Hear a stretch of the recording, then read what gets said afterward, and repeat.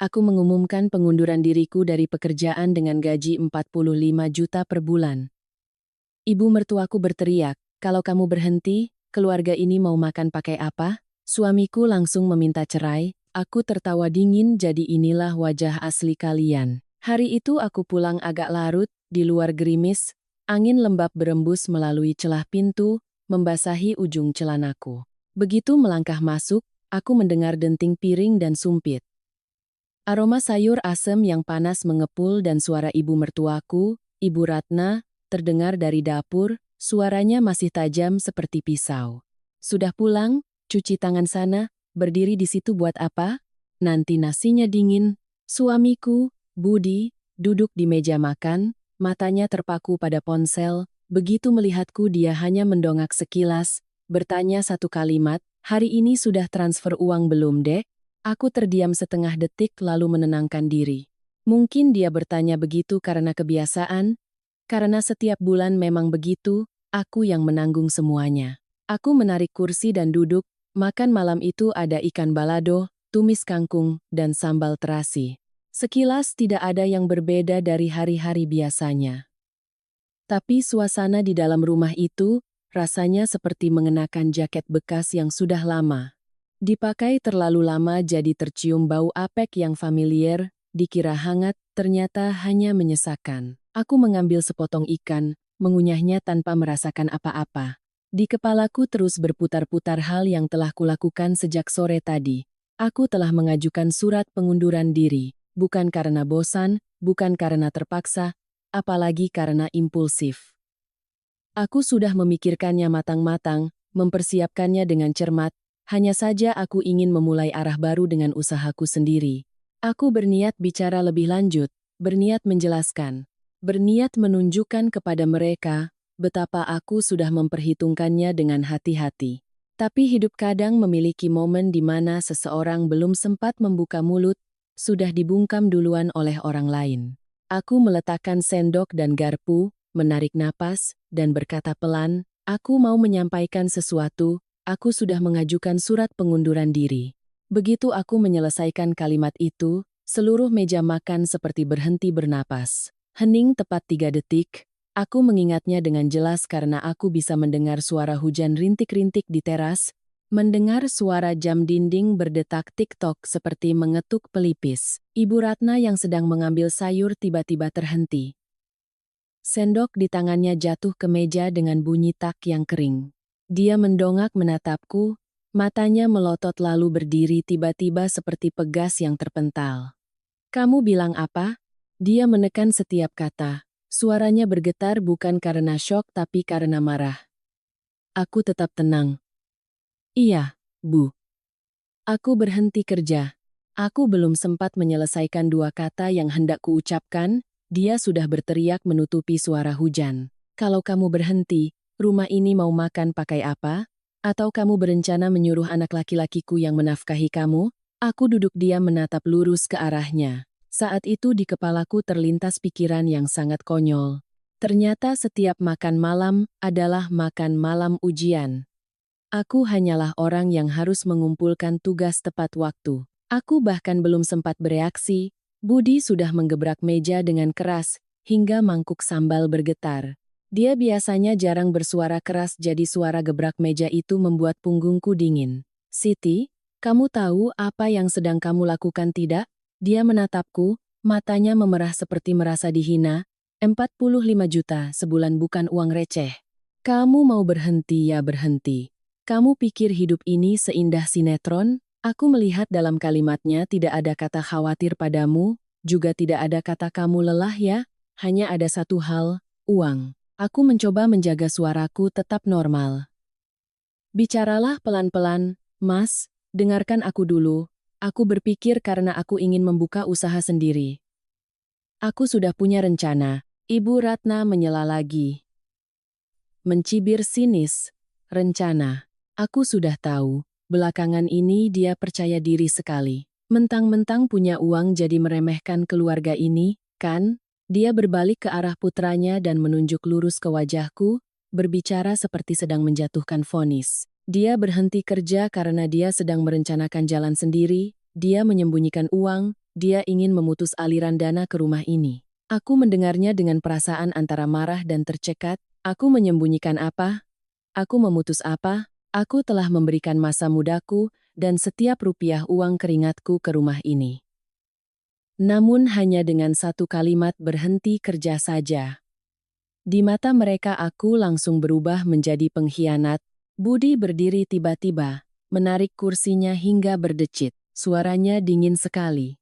Jenis dinginnya orang yang sudah terbiasa memberi perintah. Kalau kamu benar-benar berhenti kerja, kita cerai saja. Aku tidak bisa menerima istri yang impulsif, hidup harus realistis, rumah ini tidak menampung pemimpi. Aku menatapnya sangat lama. Saat itu aku tidak tahu harus menangis atau tertawa. Pria yang dulu kukira akan melindungiku, malah menggunakan kata cerai untuk mengancam. Seolah-olah itu adalah cambuk. Aku tiba-tiba menyadari satu kenyataan pahit. Kasih sayang mereka diletakkan di atas slip gaji. Saat aku masih menghasilkan uang, aku menantu yang baik. Saat aku berniat mengubah arah, aku langsung menjadi beban. Aku tertawa. Bukan tertawa puas tapi tertawa dingin. Hanya senyum kecil, tapi mungkin karena terlalu tenang membuat mereka berdua merasa tidak nyaman. Ibu Ratna memukul meja. Kamu tertawa kenapa? Aku menatap lurus padanya lalu menatap Budi dan berkata perlahan kata demi kata. Ternyata inilah wajah asli kalian. Kalimat itu baru saja keluar. Udara seperti membeku. Budi tertegun sedetik lalu menggertak. Kamu bilang apa? Aku tidak mengulanginya. Aku hanya merasa di dalam hatiku ada sesuatu yang patah sepenuhnya. Tidak ada lagi harapan yang menggantung samar. Aku berdiri mendorong kursi masuk, suaraku masih datar. Kalian pikir aku kehilangan 45 juta itu kehilangan segalanya, tapi kalian tidak tahu, aku sudah mempersiapkan hari ini sejak lama. Setelah aku mengucapkan kalimat itu, di dapur tiba-tiba hening sampai terdengar jelas suara hujan jatuh di teras.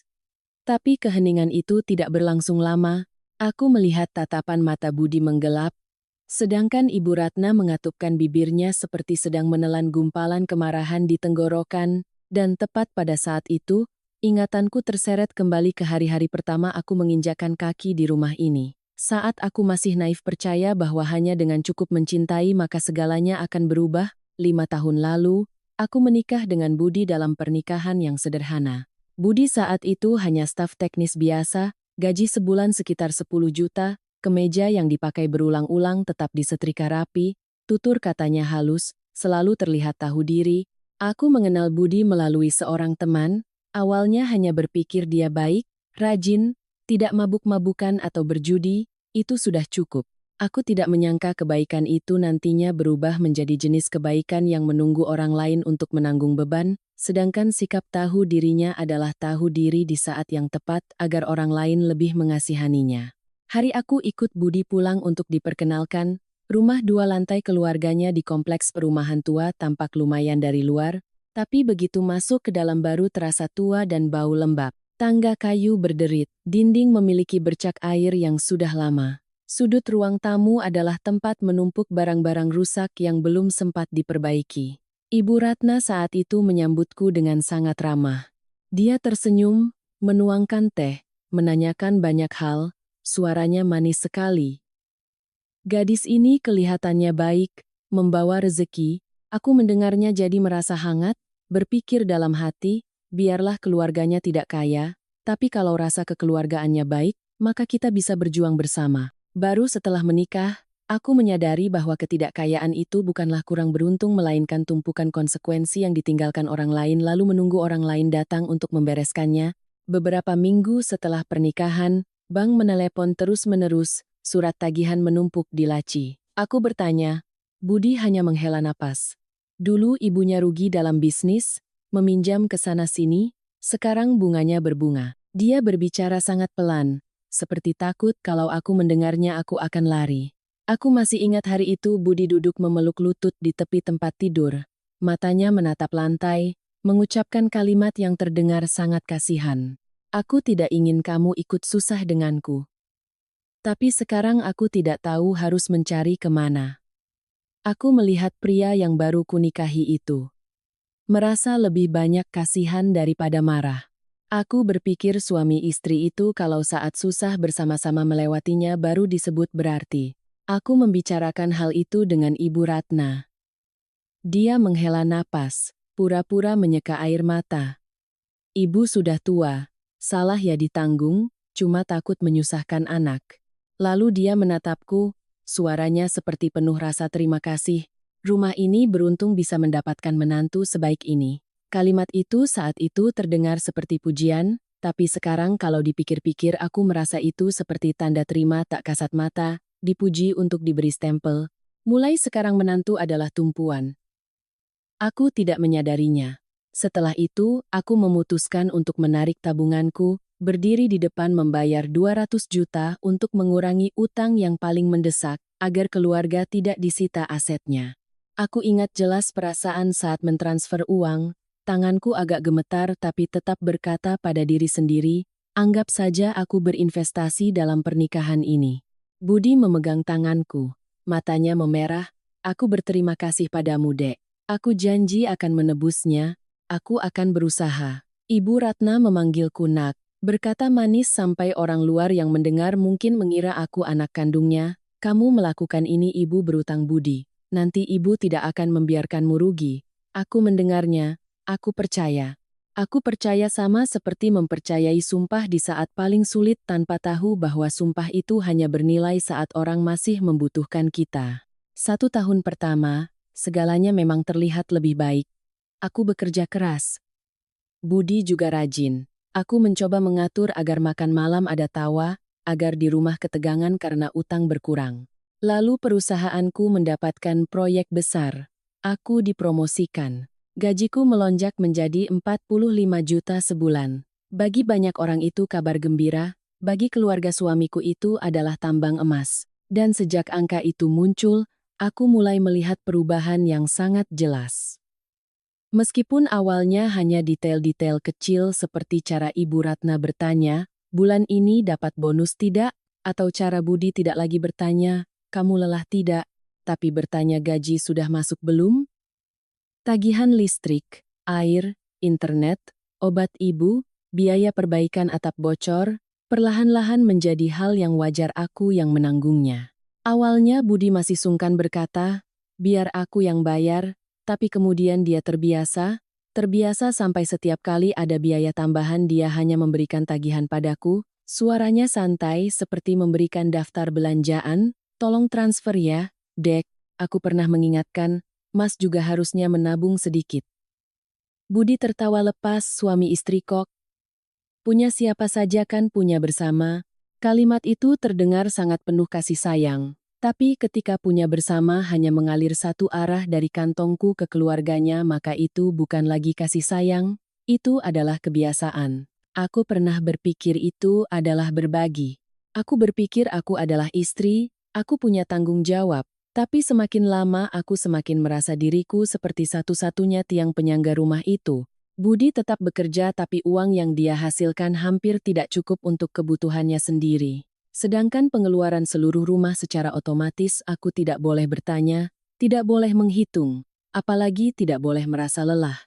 Setiap kali aku mengerutkan kening, Ibu Ratna akan berkata seperti menasihati, menantu di rumah ini harus tahu mengatur, uang dihasilkan kalau tidak tahu dijaga ya akan habis juga. Hal yang membuatku paling getir adalah cara dia pamer kepada orang luar. Aku mendengar tidak kurang dari sekali dia berdiri di depan pintu bertemu tetangga tertawa keras. Menantu saya gajinya 45 juta, menghidupi seluruh rumah. Dia mengatakannya seperti memamerkan barang berharga. Mereka tertawa memuji dia beruntung. Aku berdiri di dapur, tangan masih mencuci piring tapi hati terasa dingin. Menghidupi seluruh rumah, terdengar seperti aku adalah mesin ATM berjalan, sedangkan kata istri dan kata menantu menghilang entah kapan. Hari-hari itu aku masih membohongi diriku sendiri. Aku percaya bahwa aku sedang membangun rumah tangga. Aku percaya bahwa ketika aku baik orang akan ingat. Aku percaya bahwa keluarga adalah tempat orang saling menyayangi dengan tulus, bukan tempat orang duduk menunggu uang datang seperti menunggu nasi matang. Tapi malam ini ketika aku baru saja mengatakan berhenti kerja dan Ibu Ratna sudah berteriak rumah ini mau makan pakai apa, ketika Budi dengan santai melemparkan kata cerai ke wajahku, aku baru mengerti di mata mereka, aku tidak pernah menjadi orang yang perlu disayangi. Aku hanyalah dompet berjalan, dompet yang penurut, dompet yang memberikan uang tepat waktu. Dan dompet itu kalau berhenti terbuka maka mereka siap membuangnya tanpa penyesalan. Setelah malam itu, aku baru mengerti satu hal. Tidak mungkin orang bisa melepas topeng secepat itu secara tiba-tiba. Segalanya sudah ada tandanya sejak awal, hanya aku yang naif sengaja tidak melihat, aku terus berpikir asalkan di rumah tenang sudah cukup, masalah uang nantinya hanya masalah kecil. Tapi bagi keluarga suamiku, uang sama sekali tidak kecil. Uang adalah tolok ukur. Uang adalah kekuasaan dan orang yang memegang uang jika tidak tahu menjaga dirinya maka cepat atau lambat akan dianggap sebagai mesin ATM yang diletakkan di tengah ruang tamu. Pertama kali aku merasa ada yang aneh adalah sekitar lebih dari setahun yang lalu. Saat itu aku mulai punya niat untuk belajar lagi, mengumpulkan pengetahuan agar nantinya bisa bekerja sendiri. Aku sudah membaca banyak, menghitung dengan cermat, dan berpikir sederhana saja. Setiap bulan aku menyisihkan 10 juta untuk investasi pribadi, sisanya tetap untuk kebutuhan keluarga seperti biasa. Aku memilih mengatakannya dengan cara yang halus, seperti berbagi cerita. Bukan meminta izin. Hari itu juga saat makan malam, aku baru mengambil sepotong ikan sambil berkata, "Bu, Mas Budi, aku berencana bulan depan akan menyisihkan 10 juta. Aku ingin mengambil kursus tambahan dan membuat dana investasi untuk masa depan." Aku selesai bicara dan tersenyum, mengira akan mendapatkan jawaban ya atau setidaknya anggukan kepala. Tapi Ibu Ratna langsung meletakkan sumpitnya, wajahnya yang tadinya biasa saja tiba-tiba menjadi muram, matanya menyipit seperti menyorot sampai ke dalam hatiku. Dia bertanya langsung, suaranya tidak perlu basa-basi, "Menyisihkan buat apa? Kamu mau menyembunyikan uang pribadi ya?" Aku tertegun mengira aku salah dengar. Aku mencoba tetap tenang. "Bukan menyembunyikan, Bu, cuma ingin punya dana untuk rencana jangka panjang." Ibu tertawa hambar. Tawa yang biasa digunakan orang ketika ingin menunjukkan bahwa mereka tahu semua rencana busuk. "Rencana apa?" "Rencana meninggalkan rumah ini, kan? Perempuan kalau punya uang sendiri gampang jadi nakal." Aku menoleh menatap Budi menunggu satu kalimat pembelaan. Cukup dia bilang, "Tidak begitu kok, Bu. Siti merencanakan masa depan itu sudah bagus." Tapi Budi tidak. Dia hanya mengerutkan kening menatapku dengan tatapan seolah-olah aku baru saja melakukan kesalahan besar, lalu berkata satu kalimat yang sangat pelan sangat datar tapi dinginnya menusuk. "Kamu jangan terlalu perhitungan." 4 kata itu seperti tamparan. Aku tidak mengerti. Aku menyimpan uangku sendiri untuk belajar dan investasi, kenapa disebut perhitungan? Atau di matanya, apapun yang tidak dibawa ke rumah juga merupakan dosa?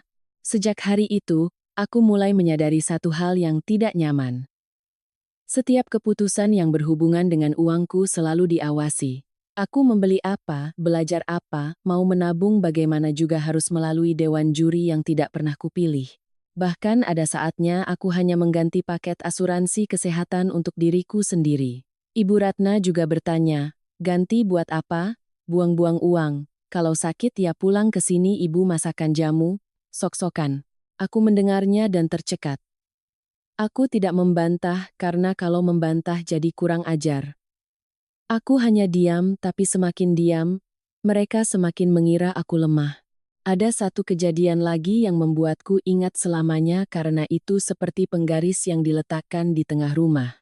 Mengukur siapa yang berhak menghabiskan uang, siapa yang hanya berhak mencari uang. Hari itu, perusahaanku meminta peningkatan spesifikasi laptop untuk mengerjakan proyek besar. Aku harus mengejar tenggat waktu, membuat rencana, menyusun konten, memproses file berat. Aku membeli sebuah laptop seharga sekitar 25 juta, bukan untuk pamer tapi karena pekerjaan. Aku membawanya pulang, belum sempat membuka segelnya sudah mendengar Ibu Ratna berdiri tepat di belakangku, suaranya masam sekali, 25 juta, boros, Uang itu lebih baik untuk memperbaiki atap rumah. Laptop lama kan masih bisa dipakai. Sok-sokan gaya. Aku menjelaskan, Bu, laptop lama sudah tidak kuat. Ini dibeli untuk bekerja. Dia mengangkat dagunya. Kerja ya kerja. Perempuan mengurus rumah sudah cukup. Jangan buang-buang uang untuk hal-hal tidak berguna. Aku sedang kaku karena sedih ketika tepat pada saat itu, Rian, adik iparku, masuk dari luar, tangan memegang ponsel, suaranya bersemangat seperti baru menang lotre. Bu, aku sudah lihat motornya, modelnya pas yang aku suka. Bungkus ya, Bu. Aku mengira ibu akan memarahi Rian boros seperti memarahiku. Ternyata dia berbalik, matanya berbinar, suaranya jadi manis sekali. Motor apa? Berapa harganya? Rian tertawa. Sekitar 60 juta. Ibu sama sekali tidak mengerutkan kening. Dia malah bertepuk tangan sekali, plak. Bagus. Laki-laki harus punya kendaraan yang bagus.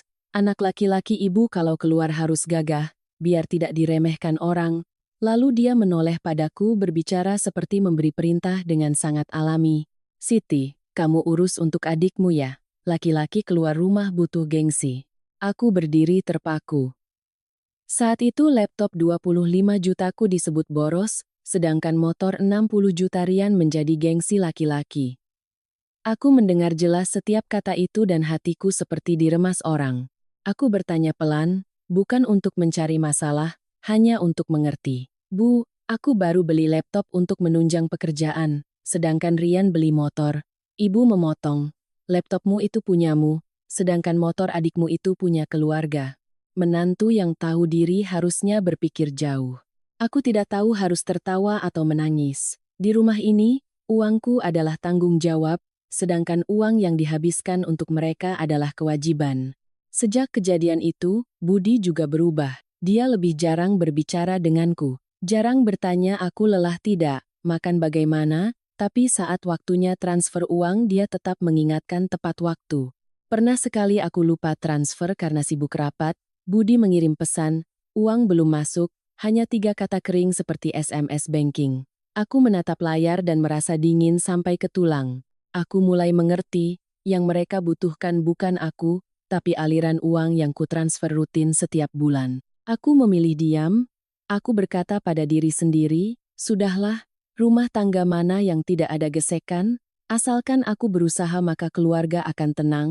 Aku menelan semua kalimat yang tercekat di tenggorokan, membungkus semua kekesalan ke dalam pekerjaan dapur, pekerjaan rumah lalu menghibur diri sendiri dengan satu kalimat yang sangat familiar, aku ini istri, aku mengalah sedikit biar adem. Tapi semakin mengalah, aku semakin sering tersentak oleh satu pemikiran yang terus membesar di kepalaku, seperti duri yang tidak bisa dicabut. Jika suatu hari aku tidak bisa menghasilkan uang lagi, bagaimana mereka akan memperlakukanku?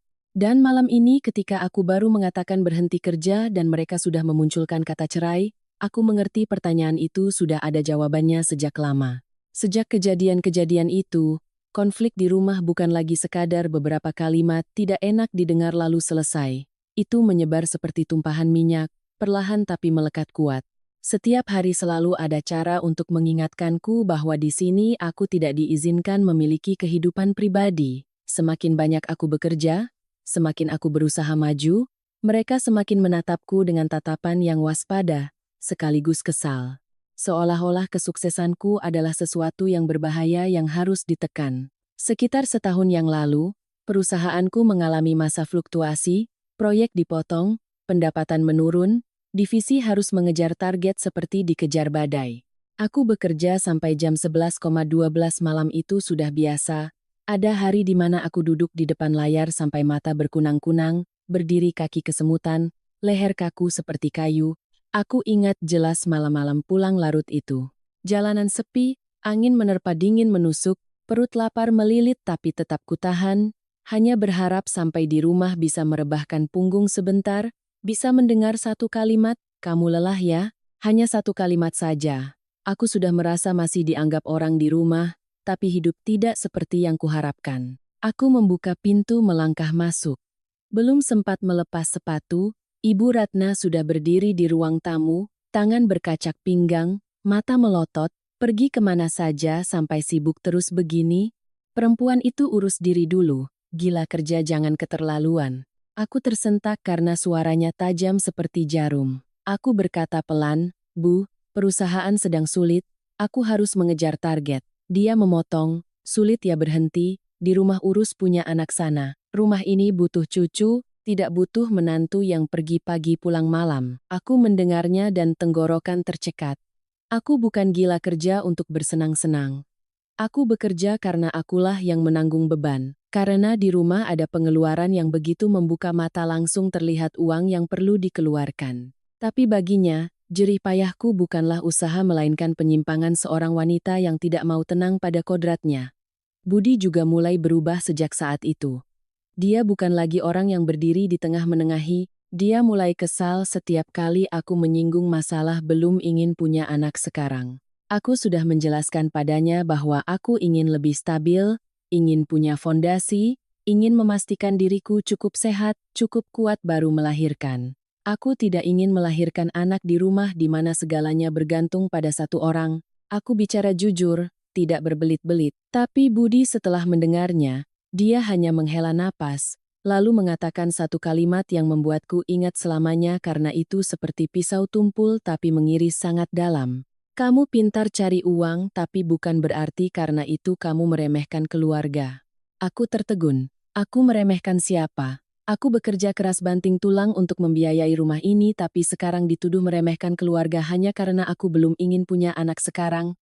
Sejak hari itu, setiap kali aku pulang larut, Budi akan melirik sinis, perusahaanmu nomor 1, sedangkan suamimu nomor sekian. Aku mendengarnya dengan perasaan antara sedih dan kesal. Aku ingin bilang, pernahkah kamu bertanya aku sudah makan belum? Pernahkah kamu berpikir aku juga lelah? Tapi aku menahannya, karena aku mengerti bertengkar saat itu hanya membuatku terlihat lebih buruk di mata mereka. Benar seperti itu. Begitu aku bersuara, Ibu Ratna langsung menuduh.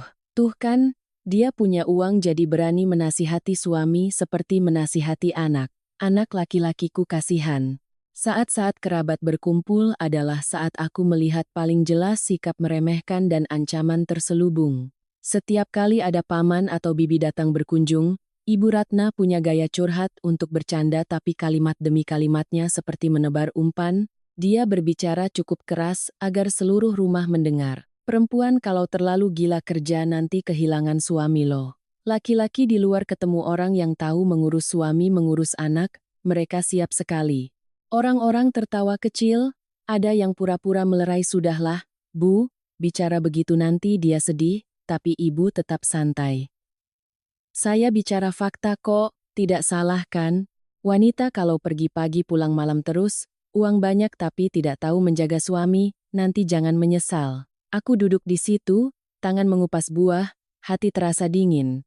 Bukan karena aku takut kehilangan suami dalam artian ingin mempertahankannya tapi karena aku melihat jelas mereka ingin aku hidup sesuai cetakan yang mereka buat, mencari uang lalu diserahkan ke rumah. Sedangkan hak menentukan hidupku sendiri tidak ada. Mereka ingin aku menjadi dompet, menjadi bayangan di dapur, sekaligus harus melahirkan anak pada waktu yang mereka butuhkan. Aku mulai merasakan ancaman yang tidak dikatakan secara langsung tapi selalu membayangi di dalam rumah seperti bau asap yang menempel di baju. Itu membuatku sesak, membuatku melihat kemanapun aku merasa diawasi. Dan pernah sekali aku mendengar satu kalimat yang sampai sekarang pun membuatku merinding setiap kali mengingatnya. Hari itu aku pulang lebih awal dari biasanya karena rapat perusahaan dibatalkan. Aku baru melangkah naik tangga ketika mendengar suara bergema dari kamar tidur Ibu Ratna. Pintu kamar sedikit terbuka. Aku berniat lewat tapi mendengar namaku jadi berhenti terpaku. Suara Ibu Ratna berbicara sangat rendah tapi tajam dan dingin. Kamu harus pegang uangnya. Wanita kalau punya uang sendiri gampang jadi nakal. Budi menjawab, suaranya juga rendah. Aku tahu tapi sekarang uang dia pegang semua, kalau ditegur dia malah membantah. Ibu Ratna tertawa hambar, membantah ya beri dia pelajaran biar tahu rasa takut. Kamu itu suami kamu harus punya wibawa. Uang di rumah kok dibiarkan dia pegang semua. Nanti kalau dia berhenti kerja dia buka usaha sendiri. Dia terbang kapan saja kamu tidak tahu. Jantungku seperti jatuh. Aku berdiri di luar pintu, tangan mencengkeram pagar tangga yang dingin. Ternyata sindiran-sindiran itu, desakan untuk punya anak, kata-kata kiasan di depan kerabat bukan tidak sengaja. Itu adalah taktik, itu adalah cara mereka membentukku menjadi orang yang mereka inginkan, agar aku tidak pernah lepas dari lingkaran memberikan uang secara rutin. Aku mundur, melangkah sangat pelan kembali ke kamarku, menutup pintu dengan tangan yang masih gemetar. Saat itu pertama kalinya aku tidak lagi berpikir mungkin mereka salah paham. Aku mengerti dengan sangat jelas mereka sedang merencanakan cara untuk memegangku dengan uang, dengan peran, dengan rasa takut. Dan anehnya tepat pada saat hatiku menjadi dingin itu, aku malah merasa kepalaku menjadi jernih. Aku tidak menangis, aku hanya duduk menatap kekosongan lalu berkata pada diri sendiri satu kalimat yang sangat tegas. Jika mereka sudah merencanakan jalan untuk menahanku seperti menahan tawanan, maka aku harus merencanakan jalan untuk menyelamatkan diriku sendiri. Sejak hari itu aku mulai menyusun rencana pribadi. Diam-diam tidak bilang siapapun, tidak pamer, tidak mengeluh, tidak berdebat. Aku tetap pergi bekerja, tetap memberikan uang tepat waktu, tetap bersikap normal seperti menantu yang tahu diri. Tapi di dalam hatiku aku telah meletakkan satu titik kecil, satu titik awal untuk perubahan. Aku tidak menyangka justru apa yang kupersiapkan diam-diam itu suatu hari akan menjadi hal yang membuat seluruh keluarga mereka panik. Ketika aku hanya perlu mengatakan 4 kata, aku sudah berhenti kerja. Sejak hari mendengar kalimat kamu harus pegang uangnya, aku hidup di rumah itu dengan perasaan seperti berjalan di atas seutas tali. Di luar aku tetap normal, tetap tersenyum, tetap memasak, tetap transfer uang rutin seperti mesin, tapi di dalam aku mulai mengamati lebih teliti. Mengingat lebih teliti dan yang terpenting aku berhenti membohongi diriku sendiri. Aku tidak lagi percaya bahwa hanya dengan aku bersabar maka akan disayang. Aku mengerti bahwa bersabar terlalu lama hanya membuat orang terbiasa merasa berhak salah padaku. Sekitar 6 bulan yang lalu, di tengah pekerjaan kantor yang sedang padat, aku menerima panggilan telepon dari seseorang yang pernah bekerja sama denganku beberapa tahun lalu. Namanya Pak Hendra, seorang mantan mitra yang bergerak di bidang rantai pasok bahan dan interior. Sebelumnya aku pernah menangani proyek besar jadi kenalannya cukup luas, dan aku juga tipe orang yang berbisnis dengan jelas. Adil menjaga kepercayaan. Karena itu Pak Hendra sangat mempercayaiku. Dia menelepon suaranya langsung, "Siti, saya bicara serius. Saya ingin mengajak kamu bermitra membuka perusahaan distribusi furnitur mewah. Kamu jadi direktur operasional, saya urus sumber barang dan keuangan operasional awal." Aku mendengarnya dan jantung berdegup kencang. Bukan karena serakah uang tapi karena kesempatan itu tepat seperti yang diam-diam kupikirkan sejak lama. Aku bertanya detail, "Bapak rencanakan modelnya bagaimana? Pasarnya di mana? Pelanggannya siapa?" Pak Hendra tidak bicara janji muluk-muluk. Dia langsung memberikan data daftar mitra potensial dan juga menjelaskan risiko-risiko yang mungkin dihadapi. Dia bilang, "Kamu punya pengalaman, punya jaringan pelanggan, juga paham pasar. Saya hanya kekurangan orang yang cukup mampu dan cukup punya reputasi untuk memimpin di depan. Saya percaya padamu." Aku pulang ke rumah malam itu berbaring tapi tidak bisa tidur. Di kepalaku berputar serangkaian pertanyaan seperti film. Jika melakukannya, aku akan lepas dari situasi dikendalikan oleh slip gaji tetap. Jika berhasil, penghasilan bisa 2 kali, 3 kali lipat dari sekarang dan yang lebih penting aku bisa menentukan sendiri. Tapi kalau gagal bagaimana? Aku tidak takut gagal. Aku hanya takut keluarga suami tahu masalahnya lalu menjadikannya alasan untuk menekanku. Aku terlalu paham mereka. Bagi mereka, risiko bukan karena khawatir padaku tapi karena takut aliran uang yang kutransfer ke rumah terputus, takut kehilangan tumpuan, takut harus berdiri sendiri. Aku bertanya pada diri sendiri, jika aku memberitahu Budi, bagaimana reaksinya? Aku teringat kalimat yang pernah dia ucapkan, "Kamu jangan terlalu perhitungan," dan aku tahu kalimat selanjutnya pasti, "Jangan bermimpi, stabil saja." Stabil tapi stabil untuk siapa? Untuk dia, untuk ibunya, untuk rumah itu bukan untuk. Aku melihat jelas hal itu jadi aku memutuskan tidak terburu-buru bicara. Aku tidak membesar-besarkan masalah. Aku memilih cara diam-diam bersiap seperti orang berjalan melewati ladang penuh ranjau, melangkah pelan tapi pasti. Sejak hari itu, aku mulai menyusun rencana bisnis. Aku meminta data, menyusun tabel biaya, menghitung arus kas, memprediksi penjualan menurut 3 skenario, buruk, sedang, baik. Aku mengerjakannya dengan hati-hati seperti mengerjakan proposal di kantor. Malam hari saat rumah sudah tidur, aku baru membuka laptop, mengetik baris demi baris, memeriksa angka demi angka. Ada kalanya sampai hampir jam 2 pagi. Aku masih duduk, mata perih tapi hati terasa jernih luar biasa. Aku merasa hidup kembali seperti orang yang lama terkurung di kamar kecil tiba-tiba melihat jendela dan bersamaan dengan rencana itu. Aku melakukan satu hal yang sebelumnya tidak pernah terpikirkan harus kulakukan terhadap keluargaku sendiri. Aku mengumpulkan uang pribadi bukan dengan cara menyembunyikan atau curang tapi dengan cara menetapkan batas sendiri. Aku memotong pengeluaran-pengeluaran yang tiba-tiba menjadi kewajiban yang keluarga suami dorong padaku. Aku menabung dari bonus-bonus proyek. Uang lembur kusimpan sebagian di rekening atas namaku, keamanan penuh. Aku melakukannya dalam diam, karena aku mengerti begitu mereka tahu, mereka akan mencari cara untuk menggerogoti atau memberi tekanan dengan berbagai alasan bahwa suami istri tidak boleh punya uang pribadi. 1 tahun berlalu lebih cepat dari yang kuduga. Ketika aku memeriksa kembali jumlah tabungan yang terkumpul sudah mencapai 800 juta. Angka itu bukan jatuh dari langit tapi keringat, malam-malam begadang, setiap kali aku mengingatkan diri sendiri harus punya jalan mundur, dan hal yang paling penting mereka sama sekali tidak tahu di mata mereka, aku masih menantu penurut yang transfer tepat waktu, masih dompet yang terbuka sesuai permintaan. Justru karena mereka terlalu percaya diri dengan kendali mereka tidak menyangka aku bisa diam-diam bersiap sejauh itu. Aku berdiskusi dengan Pak Hendra beberapa kali lagi lalu menetapkan rencana, aku akan berhenti dari perusahaan saat ini untuk fokus sepenuhnya pada perusahaan baru. Aku tidak ingin bekerja sambil khawatir. Karena aku tahu ingin usaha sendiri harus mencurahkan tenaga. Aku mengajukan surat pengunduran diri dengan mental yang sangat percaya diri. Aku bahkan berpikir dalam hati, siapa tahu Budi akan terkejut lalu mendukung, bagaimanapun juga dia suamiku, bagaimanapun juga aku sedang demi masa depan. Aku pernah berharap seperti itu. Harapan adalah hal yang membuat orang paling lunak, tapi juga hal yang membuat orang paling sakit ketika menyadari dirinya salah menempatkannya. Aku berencana akan memberitahu keluarga suami ketika segalanya sudah lebih siap, ketika kontrak kemitraan sudah ditandatangani, ketika rencana operasional sudah pasti, ketika aku bisa memberikan gambaran yang jelas agar mereka tidak bisa membantah dengan perasaan.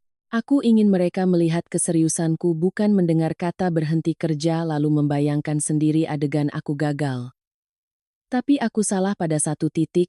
Aku lupa bahwa bagi orang yang hanya mencintai uang, mereka tidak perlu mendengar rencana, mereka hanya perlu mendengar berhenti mengalir uang, dan kemudian malam itu terjadi. Tepat seperti yang Bapak, Ibu, dan saudara sekalian dengar di bagian sebelumnya, aku baru saja mengatakan, aku sudah mengajukan surat pengunduran diri, belum sempat mengatakan satu kata lagi tentang usaha sendiri Ibu Ratna sudah berteriak, rumah ini mau makan pakai apa? Sedangkan Budi menggebrak meja melemparkan kata, cerai ke wajahku. Aku berdiri di depan mereka, tiba-tiba merasa segala sesuatu di kepalaku terang benderang, jelas seperti siang hari.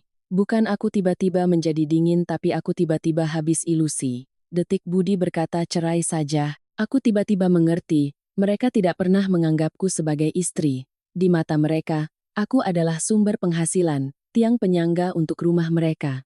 Dan sejak detik itu, aku juga mengerti satu hal lagi, sangat tegas. Aku tidak ingin lagi menjadi dompet siapapun. Aku baru saja menyelesaikan kalimat, aku tidak ingin lagi menjadi dompet siapapun. Di ruang makan seperti ada angin dingin yang menyapu. Ibu Ratna menatapku tajam, matanya bukan lagi tatapan ibu mertua yang sedang marah, melainkan tatapan orang yang takut kehilangan sesuatu yang sedang digenggamnya. Budi juga berdiri di sana, bibir terkatup rapat, kedua bahu menegang seperti bersiap menerjang dalam sebuah pertarungan. Aku tahu jika aku masih lunak mereka akan menekan, jika aku masih takut mereka akan menang, jadi aku meletakkan mangkuk dengan sangat pelan. Tidak menggebrak meja, tidak berteriak, hanya menatap lurus pada Budi dan bertanya satu kalimat yang cukup untuk menelanjangi semuanya. Kamu minta cerai karena aku berhenti kerja atau karena kamu takut mulai sekarang kamu tidak punya hak lagi atas uangku? Ibu Ratna melonjak seperti tersentuh tepat di bagian yang gatal. Dia menunjuk lurus ke wajahku, suaranya melengking, kamu bicara seenaknya ya, punya uang jadi sombong, kalau tidak ada rumah ini yang menampungmu. Kamu pikir kamu siapa? Aku mendengar kata menampung jadi merasa lucu sampai getir. 5 tahun ini siapa menampung siapa? Aku mengatakannya pasti dia tersedak, tapi aku tidak ingin berdebat ala pasar. Aku hanya menatapnya sedetik, lalu menoleh pada Budi seolah ingin membiarkannya menjawab sendiri pertanyaanku. Budi menarik kursi berdiri tiba-tiba. Suara kaki kursi menggores lantai ubin terdengar mengerikan. Dia menatapku, suaranya dingin sekali, tidak ada lagi tampang suami baik-baik yang biasa. Aku bilang sekali saja, Siti. Kamu tarik surat pengunduran diri. Terus berikan uang seperti biasa atau kita cerai. Kalimat itu membuatku mengerti satu hal lagi tentangnya. Masalah aku berhenti kerja bukanlah masalah masa depan, apalagi masalah kesehatan atau kebahagiaan istri, itu hanya masalah aliran uang masih mengalir ke rumah ini atau tidak. Aku menatapnya bertanya langsung satu kalimat yang membuat kedua orang itu tertegun. Jadi 5 tahun ini kamu mencintaiku atau mencintai slip gaji 45 juta itu? Aku selesai bicara Ibu Ratna membuka mulut hendak memaki tapi seperti tercekat. Budi berdiri terpaku tepat 1 detik lalu wajahnya memerah karena marah karena tertusuk tepat di tempat yang disembunyikan. Dia menggertakkan setiap kata kamu bicara seperti itu kamu menghinaku. Aku mengangguk. Menghina ya, aku sedang bertanya kenyataan. Tepat saat itu dari kamar dalam Rian keluar. Adik iparku itu biasanya suka mendekam di kamar, jarang ikut campur urusan suami istri. Tapi begitu berhubungan dengan uang, Rian muncul cepat sekali. Rian bersandar bahu di kusen pintu, tersenyum sinis, suaranya mengejek, Mbak bersikap seolah-olah Mbak itu nyonya besar, berhenti kerja lalu buka perusahaan. Terdengar seperti orang MLM saja. Rian selesai bicara masih melirikku dari ujung kepala sampai ujung kaki, seolah aku adalah sesuatu yang baru jatuh dari langit. Aku melihat Rian tidak berniat berdebat karena aku mengerti berdebat dengan tipe orang seperti itu hanya buang-buang tenaga. Aku hanya berkata singkat setiap kata tegas. Besok aku akan pindah keluar. Kalian mau tanda tangan cerai silakan tanda tangan. Tapi jangan ada yang berpikir bisa menyeretku ke dalam perangkap numpang hidup lagi. Kalimat numpang hidup membuat Ibu Ratna seperti gila. Dia memukul meja, mengaduk-aduk laci di samping meja makan, menarik selembar kertas yang sudah disiapkan entah sejak kapan lalu melemparkannya lurus ke atas meja plak seperti melempar tamparan. Tanda tangan sekarang, tanda tangan biar tidak bertele-tele. Perempuan tanpa uang ya mati di jalanan. Aku melihat surat cerai tergeletak begitu saja di tengah meja makan seperti perangkap yang sudah disiap. Di dalam hatiku tidak ada lagi rasa sakit, hanya ada dingin. Dingin karena ternyata mereka sudah mempersiapkan dari sebelumnya bukan emosi sesaat. Aku mengulurkan tangan menarik kertas itu membaca sekilas kata-kata formal pasal-pasal ambigu yang intinya memaksaku pergi dengan cepat dan rapi. Aku mendongak menatap satu persatu lalu berkata tenang. Aku tanda tangan tapi tanda tangan sesuai hukum. Dan mulai detik ini, setiap rupiah uang yang pernah kuberikan untuk rumah ini, akan kuhitung kembali satu persatu. Budi melotot seperti mendengar cerita mustahil. Dia maju selangkah, suaranya menggertak. Kamu mengancam siapa? Uang yang kamu berikan itu sukarela kok ditagih? Aku menatapnya mencibir tipis. Sukarela bukan berarti bodoh.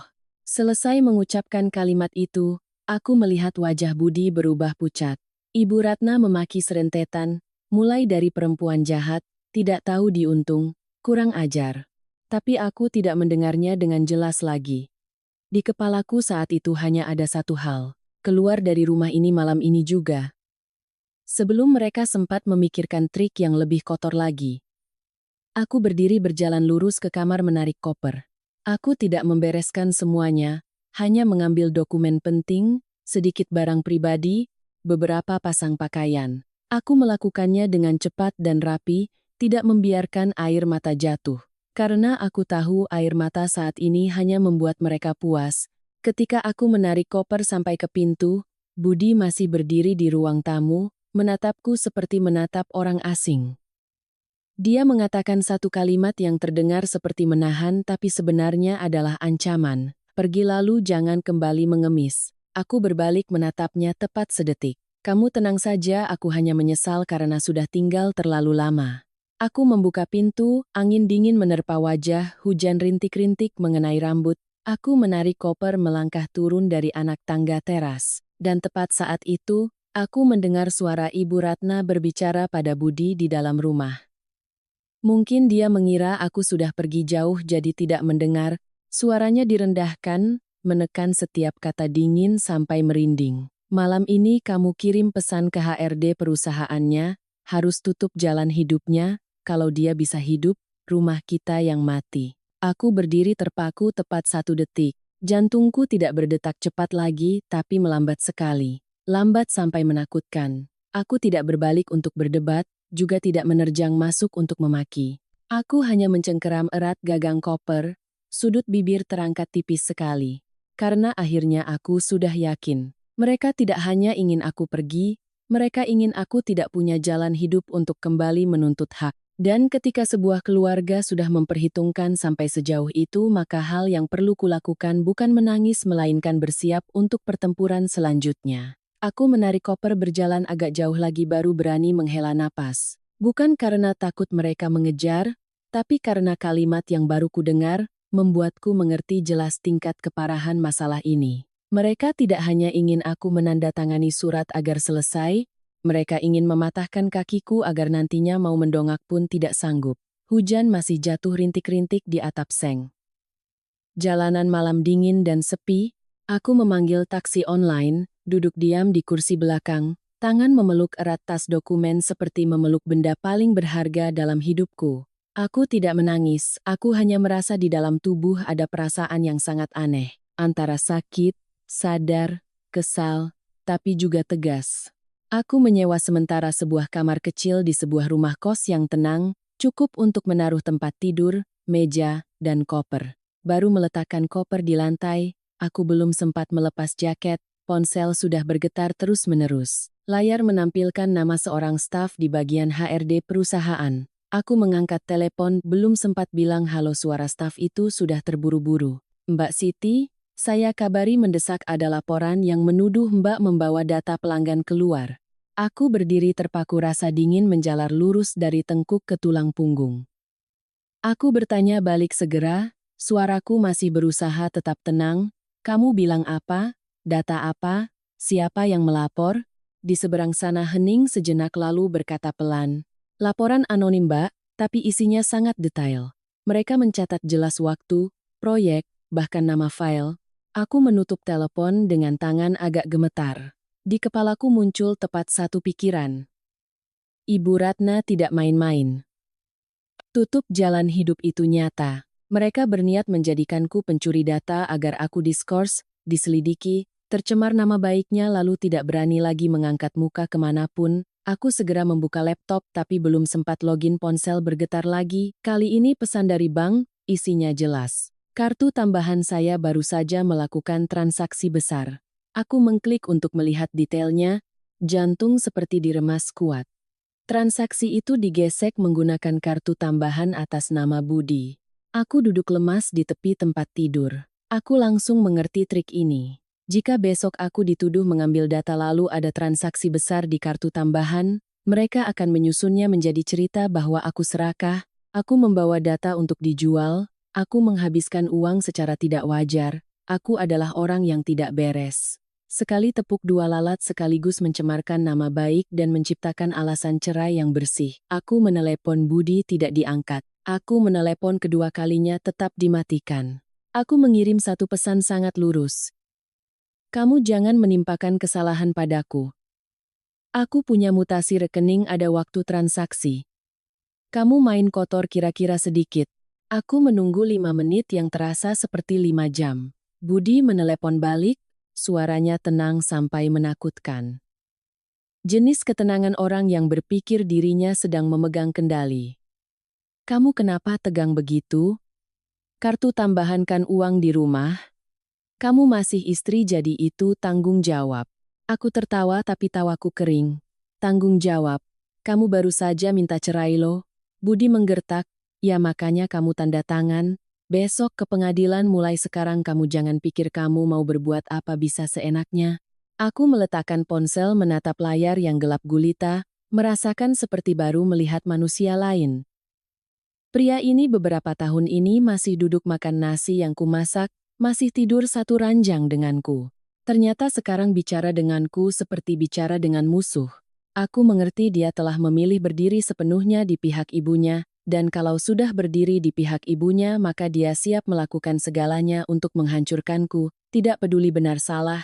Aku kembali ke laptop, login akun pekerjaan, memeriksa email dan benar seperti firasatku, ada tanda-tanda login yang aneh. Bukan sekali tapi berkali-kali. Aku membuka riwayat akses, melihat ada sesi login jam 2 pagi. Dari perangkat yang tidak kugunakan, aku menelan ludah. Jam 2 pagi, tepat saat aku masih di rumah suami, baru selesai makan malam neraka itu, aku terus memeriksa penyimpanan proyek, ada file pelanggan yang diunduh, jelas tidak bisa disangkal. Aku tiba-tiba mengerti kenapa Ibu Ratna begitu percaya diri berkata kirim pesan ke HRD perusahaannya. Karena mereka tidak butuh HRD, mereka butuh tuduhan mencuri data untuk mematikan langkahku. Aku bersandar ke belakang, memejamkan mata tepat 1 detik untuk bernapas. Aku berkata pada diri sendiri tenang. Aku orang marketing, aku hidup dengan cara melihat niat orang lain.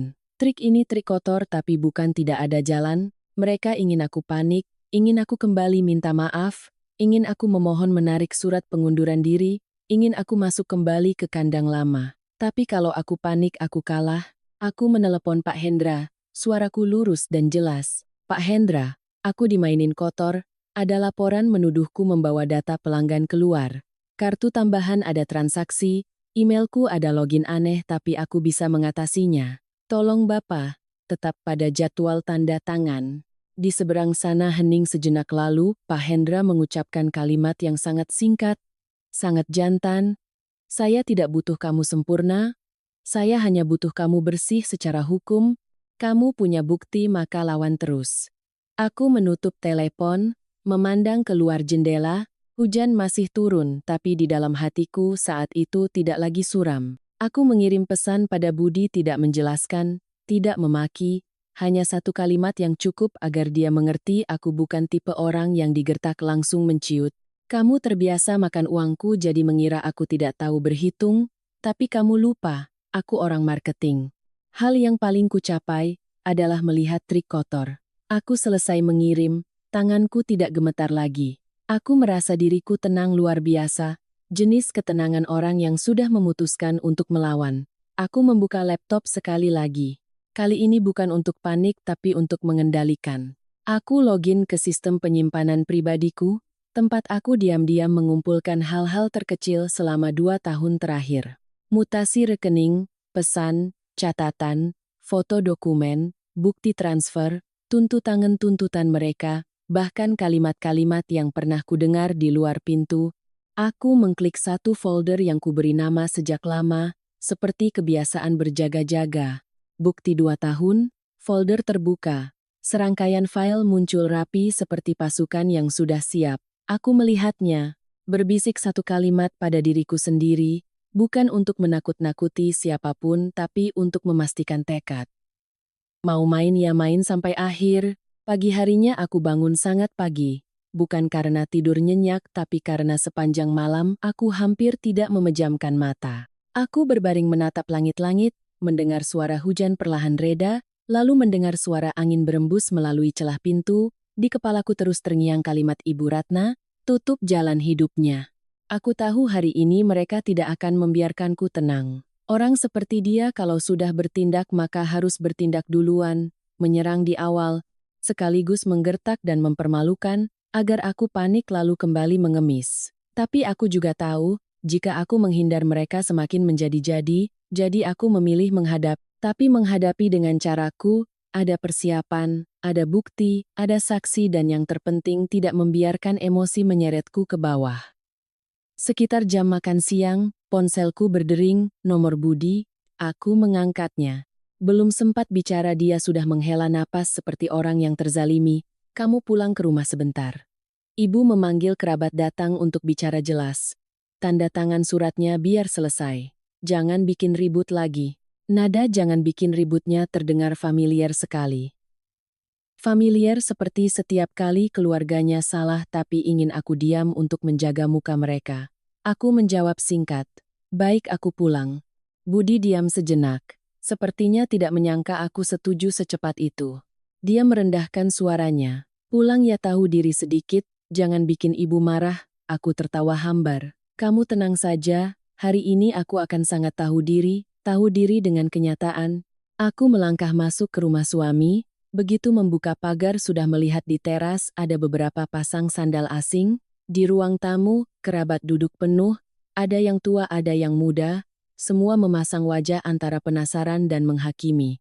Ibu Ratna duduk di tengah seperti poros ruangan, tangan memegang cangkir teh, mata melirikku dari ujung kepala sampai ujung kaki lalu bersuara keras, sengaja agar semua orang mendengar jelas, tuh, dia pulang kan? Dia berhenti kerja lalu sok-sokan buka perusahaan, pasti ada simpanan makanya berani melawan. Kalau tidak perempuan normal mana ada yang tiba-tiba meninggalkan gaji 45 juta sebulan. Beberapa kerabat berbisik-bisik, ada yang berdecak, ada yang menggelengkan kepala sok tahu tentang hidup. Aku melihat pemandangan itu merasa lebih lucu daripada sakit hati. Ternyata dia memanggil mereka datang bukan untuk bicara, tapi untuk mendirikan pengadilan keluarga mengadiliku tepat di tengah ruang tamu. Budi duduk di kursi di sampingnya, wajah menunduk memasang tampang susah. Melihatku masuk, dia berdiri, suaranya seperti membujuk tapi sebenarnya memaksa. Kamu tenang saja, tanda tangan, aku tidak ingin ribut. Kita selesaikan dengan rapi. Aku menatapnya lalu melihat sekeliling ruangan. Aku tidak buru-buru bicara. Aku meletakkan tas, menarik kursi duduk dan mengeluarkan setumpuk kertas yang sudah kusiapkan meletakkannya di atas meja tamu tepat di tengah ruang tamu. Bunyi kertas menyentuh permukaan kaca terdengar plak, membuat beberapa orang yang sedang berbisik juga terdiam. Aku berbicara pelan jelas cukup agar semua orang mendengar. Kamu bilang tidak ingin ribut kan? Kalau begitu aku tanya satu hal saja. 5 tahun ini uang yang kutransfer untuk menghidupi seluruh rumah. Kenapa dimutasi rekening catatannya untuk bayar utang, bayar bunga, menutupi kekurangan? Aku bicara sambil membalik setiap halaman, menunjukkan jelas tanggal jam, jumlah uang, keterangan transfer. Beberapa kerabat mulai memajukan badan untuk melihat. Ada yang mengerutkan kening, ada yang saling pandang seperti baru disiram air dingin. Ibu Ratna terkejut dalam waktu yang sangat singkat lalu segera menggertakkan suaranya. Uang suami istri kok dihitung? Kamu bawa kertas-kertas itu untuk menakut-nakuti siapa? Aku tidak berdebat panjang. Aku menjawab singkat, memotong tepat di bagian dia hendak mengalihkan pembicaraan. Uang suami istri lalu kenapa ada bulan di mana Mas Budi mentransfer balik ke ibu? Persis 0 rupiah, kalimat itu seperti jarum menusuk balon. Seluruh ruang tamu hening. Budi mendongak menatapku, matanya melotot, Ibu Ratna tertegun, bibirnya bergerak-gerak tapi tidak sempat memikirkan kata-kata. Aku tidak berhenti di situ. Aku menoleh pada Rian yang sedang duduk menyilangkan kaki di sudut kursi, wajahnya masih sombong. Rian, aku tanya kamu satu hal biar jelas. Motor kamu yang hampir 60 juta itu, uang siapa yang bayar? Rian merah padam tergagap. Mbak tanya aneh begitu motor aku. Ibu yang kasih. Aku mengangguk. Ibu kasih pakai uang mana? Uang ibu atau uang yang ditransfer dari rekeningku? Rian bungkam. Seorang kerabat yang lebih tua menatap Rian lalu menatap Ibu Ratna, tatapan matanya mulai berubah. Ibu Ratna melihat suasana mulai berbalik langsung mengamuk, memukul keras cangkir teh ke meja. Kamu mencari-cari kesalahan setiap rupiah perempuan macam apa yang perhitungan seperti akuntan. Rumah ini menampungmu sekarang kamu kembali menagih utang ya? Aku mendongak menatap lurus padanya, suaraku tidak tinggi tapi tajam. Ibu bilang rumah ini menampungku, lalu ibu menampungku pakai uang mana? Ibu hanya membantuku 1 kali saja. Aku menampung seluruh rumah pakai mutasi rekening, sedangkan ibu menampungku pakai cacian. Seluruh ruangan kembali heboh. Ada yang menarik napas, ada yang memalingkan wajah menghindar, Budi tiba-tiba berdiri, suaranya hampir seperti mau menerjang. Siti, kamu hentikan. Jangan bikin malu ibu. Aku menatapnya. Kamu takut malu ibu? Atau kamu takut orang tahu kamu hidup numpang padaku? Tepat saat itu, aku membuka ponsel, aku tidak gemetar lagi, aku menekan tepat satu file rekaman, menyalakan speaker, meletakkan ponsel di meja. Suara Ibu Ratna tadi malam terdengar jelas di ruang tamu. Malam ini kamu kirim pesan ke HRD perusahaannya harus tutup jalan hidupnya. Suara rekaman baru saja berakhir, seluruh ruangan seperti dicekik seseorang, tidak ada lagi suara bisik-bisik, tidak ada lagi suara napas berat, hanya ada tatapan mata semua orang tertuju pada Ibu Ratna. Dia berdiri terpaku, wajahnya pucat lalu memerah. Budi pucat pasi, menerjang seperti ingin merebut ponsel. Kamu menguping. Aku menghindar sedikit, tidak membiarkannya menyentuh.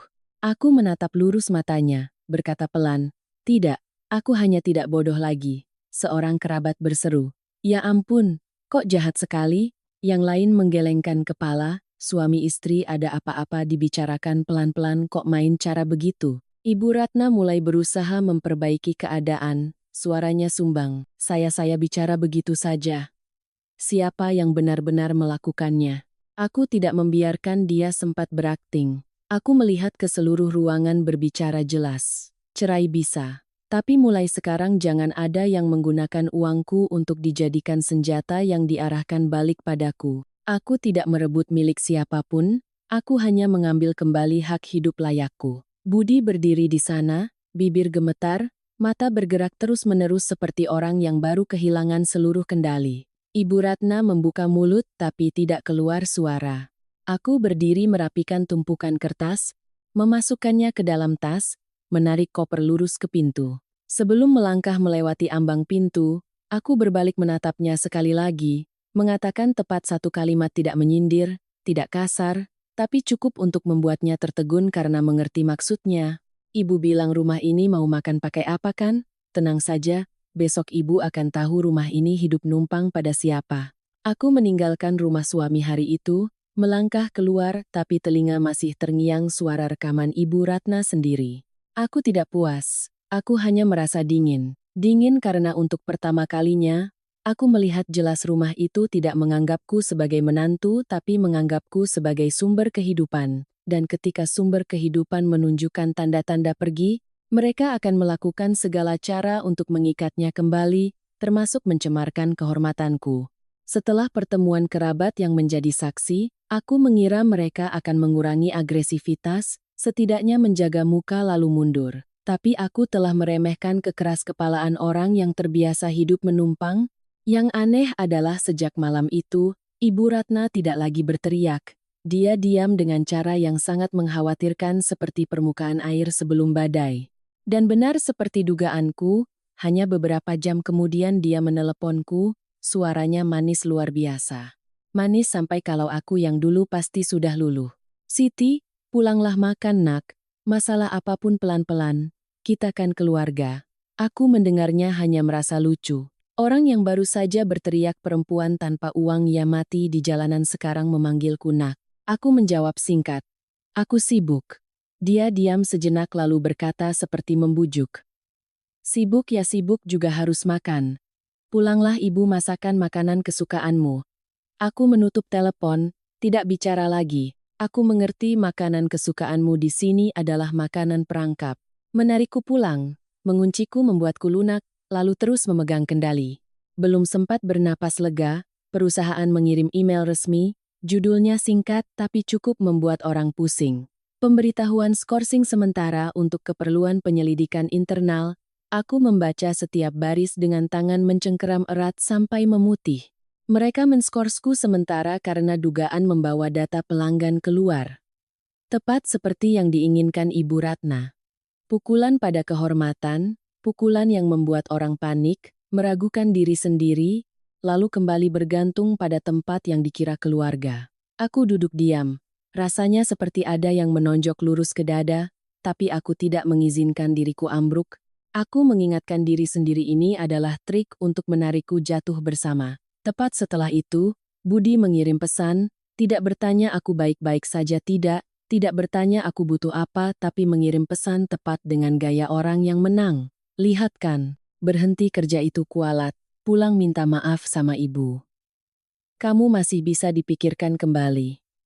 Aku melihat pesan itu, tertawa mengeluarkan napas. Dipikirkan kembali itu dipikirkan kembali masalah apa?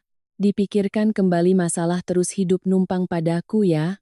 Aku membalas satu kalimat saja, kamu jangan berakting lagi, kamu sedang takut aku hidup baik, aku selesai mengirim, Budi diam selamanya. Diam itu semakin membuktikan aku benar. Orang hanya diam ketika dikatakan tepat mengenai sasaran. Aku mengira mereka menyerang sampai di situ saja sudah maksimal. Tapi tidak. Mereka tidak berhenti pada pencemaran nama baik di perusahaan, mereka beralih ke serangan yang lebih beracun, lebih kotor dan tepat gaya tutup jalan hidup yang kudengar malam itu. Sore hari ponselku menerima serangkaian pesan aneh, isinya mirip-mirip, mengingatkan utang pinjaman konsumen, jatuh tempo pembayaran. Jika tidak diselesaikan akan dialihkan ke kelompok penagih. Awalnya aku mengira itu penipuan, tapi kemudian ada satu pesan disertai informasi pribadiku, nama lengkap tanggal lahir, nomor KTP, alamat lama. Aku dingin sekujur tubuh, aku segera memeriksa dan aku langsung mengerti. Fotokopi KTP lamaku.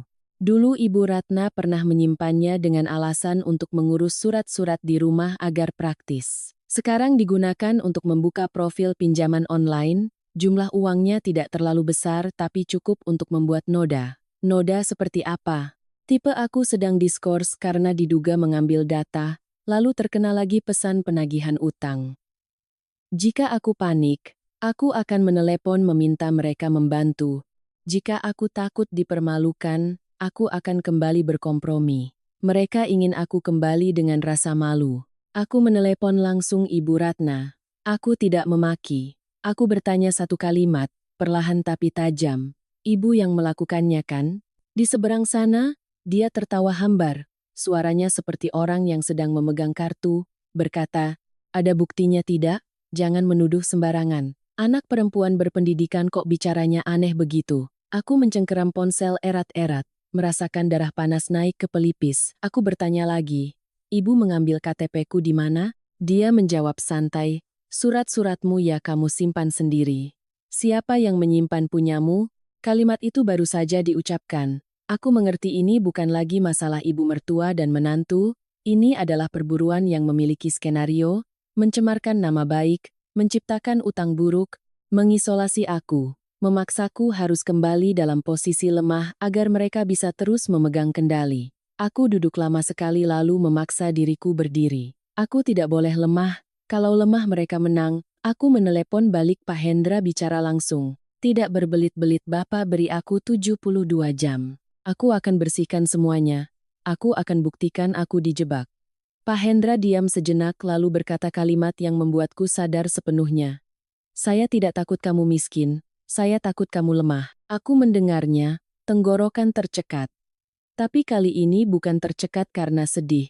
Tercekat karena aku masih punya orang yang melihat nilai asliku, tidak melihatku dengan slip gaji. Malam itu aku pulang ke kamar kos, mengunci pintu, menarik tirai, duduk sendirian di bawah cahaya lampu kuning redup.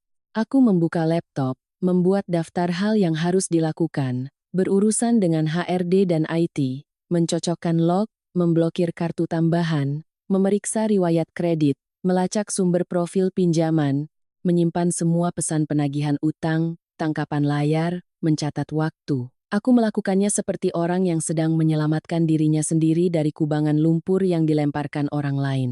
Dan ketika aku membuka brankas mini yang kubawa, mengeluarkan surat-surat yang sudah kusimpan rapi sejak lama, tanganku tiba-tiba terhenti, di dalamnya ada selembar perjanjian jual beli rumah atas namaku. Aku melihat alamat di kertas itu, jantung berdegup kencang. Itu adalah rumah yang selama ini kukira rumah suami. Aku membacanya sekali lagi. Namaku jelas, tanda tangan jelas, stempel merah jelas. Aku tertawa, tawa kecil tapi dingin dan dalam. Aku bergumam seperti bicara pada diri sendiri. Ah, ternyata ibu mertua sedang duduk di dalam rumahku. Aku menatap tajam pada kertas atas namaku itu, dan merasa seperti baru saja menemukan kepingan kunci terakhir. 2 tahun lalu, saat keluarga suami kacau balau karena utang, akulah yang diam-diam berdiri menyelamatkan. Tapi aku tidak bilang, karena aku masih percaya pada kata tanggung jawab. Aku terus berpikir diamku adalah untuk menjaga muka mereka, agar ibu mertua tidak tercemar nama baiknya, agar suami tidak malu. Siapa sangka diam itu malah dianggap mereka sebagai hal yang wajar, dianggap aku memang harus begitu. Lalu sampai hari ini mereka berbalik menuntut-menutup jalan hidupku. Aku tidak mengizinkan diriku duduk di situ dan gemetar lagi. Aku membuka ponsel mencari di kontak menelepon seorang pengacara yang pernah kutemui dalam proyek lama bernama pengacara Faisal. Dia mengangkat telepon. Mendengarku bicara beberapa kalimat, suaranya jadi tenang. Kamu tenang, kamu bawa semua surat-surat. Mutasi rekening, rekaman login email, pesan penagihan utang ke sini. Ini bukan lagi masalah keluarga bertengkar. Aku datang menemuinya sore itu juga. Aku meletakkan di meja satu persatu seperti meletakkan batu bata untuk membangun kembali kehormatanku. Mutasi rekening, rekaman suara, riwayat login, kode skorsing kerja, pesan penagihan utang dan juga fotokopi perjanjian rumah atas namaku. Pengacara Faisal selesai melihat mendongak mengatakan tepat satu kalimat yang membuatku bernapas lega, cukup tanda-tanda fitnah dan penyalahgunaan informasi pribadi. Kalau kamu mau proses sampai tuntas, mereka tidak punya jalan untuk menyangkal. Aku bertanya, sekarang aku harus melakukan apa dulu? Dia menjawab singkat dua arah, satu perjelas dengan perusahaan untuk menyelamatkan kehormatan. Dua, tutup akses yang mereka gunakan untuk memanipulasimu. Aku mendengarnya, kepalaku seperti menyusun sendiri menjadi laci-laci. Jadi aku pulang ke kamar. Segera menyusun surat penjelasan dikirim ke HRD dan direksi. Aku tidak menulis dengan gaya sastra, aku menulis seperti menulis laporan jelas. Ada waktu, ada patokan, ada perbandingan. Aku lampirkan bukti waktu file diunduh bertepatan dengan waktu aku masih di rumah suami. Disertai data lokasi di ponselku yang tersimpan. Aku juga meminta perusahaan memeriksa log perangkat, alamat IP dan riwayat pemulihan kata sandi. Aku tidak memohon, tidak meminta belas kasihan, aku hanya memberikan fakta. Tapi aku tahu hanya penjelasan saja belum cukup karena orang bisa saja menunda, bisa saja membiarkan sementara kehormatan sedang digantung. Aku melakukan satu hal yang aku sendiri juga merasa perih tapi perlu, aku mengirim email terpisah lagi untuk HRD dan direksi. Kata-katanya lurus seperti penggaris. Aku meminta perusahaan menangani secara transparan dan segera karena ada indikasi aku dimanfaatkan untuk membuat cerita. Jika perusahaan tidak memperjelas atau membiarkan masalah berlarut-larut menyebabkan kerugian pada kehormatanku, aku akan membawa kasus pemalsuan data ke jalur hukum. Aku tidak takut kehilangan pekerjaan. Aku takut perusahaan dijadikan alat bagi orang luar untuk memanipulasi. Aku selesai mengirim, jantung berdegup kencang tapi aku tidak menyesal. Sampai tahap ini kalau aku lunak berarti mati. Selanjutnya adalah masalah uang. Aku segera menelepon bank meminta pemblokiran kartu tambahan atas nama Budi, sekaligus meminta mutasi rinci transaksi-transaksi terakhir. Staf bank bertanya alasannya. Aku hanya bilang ada sengketa keuangan, perlu diblokir untuk menghindari timbulnya transaksi. Selesai menutup telepon, aku melihat ponsel dan berkata pada diri sendiri, memutus aliran uang adalah memutus tali pengikat yang mereka gunakan untuk menarikku kembali. Dan benar seperti itu, hanya sekitar setengah jam kemudian, Budi menelepon, suaranya jauh lebih terburu-buru dari biasanya, tidak ada lagi gaya sok berkuasa. Kamu blokir kartu tambahan ya? Kamu melakukan apa? Aku menjawab tenang. Kamu sedang menghabiskan uangku kok. Kamu lupa kamu baru saja minta cerai? Budi tercekat sejenak lalu menggertak, kamu berniat mendesakku ke jalan buntu ya? Aku tertawa hambar. Kamu mendesakku duluan. Aku tidak ingin berdebat lewat telepon. Aku mengirim pesan pada Budi sebuah lokasi pertemuan semacam kedai kopi agar praktis bicara dan datang tepat waktu. Budi datang terlambat hampir 20 menit, wajah tegang, duduk langsung bertanya, kamu mau apa? Kalimat itu terdengar seperti orang sedang negosiasi kontrak, bukan orang yang pernah memanggilku istri. Aku menatap lurus padanya, berkata singkat, kamu hentikan segera permainan kotor itu. Aku bukan lagi orang yang kamu ancam dengan kata cerai. Budi berniat membantah, aku mengangkat tangan mencegah. Aku ingin kamu mengakui satu hal. Kamu dan ibumu telah hidup menumpang padaku dan kalian telah mencoba menghancurkanku saat aku pergi. Budi tertawa sinis, tapi tawa orang yang sedang berusaha terlihat kuat. Kamu bicara terdengar bagus sekali. Numpang tidak numpang. Suami istri itu. Aku tidak membiarkannya menarik cerita ke masalah suami istri. Aku membuka tas mengeluarkan fotokopi sertifikat rumah. Aku mendorongnya ke depannya. Kamu lihat ini. Budi menunduk membaca beberapa baris awal lalu, wajahnya pucat pasi. Dia mendongak menatapku seperti menatap orang yang baru berubah menjadi orang lain. Kenapa? Kenapa atas namamu? Aku tidak meninggikan suara, hanya bicara perlahan. Karena saat ibumu hampir disita rumahnya, akulah yang menyelamatkan. Aku atas nama agar bank mencairkan dana dan melunasi utang. Tapi aku tidak bilang karena aku pikir masih ada rasa kekeluargaan. Budi duduk terpaku, bibirnya bergerak-gerak tapi tidak keluar suara.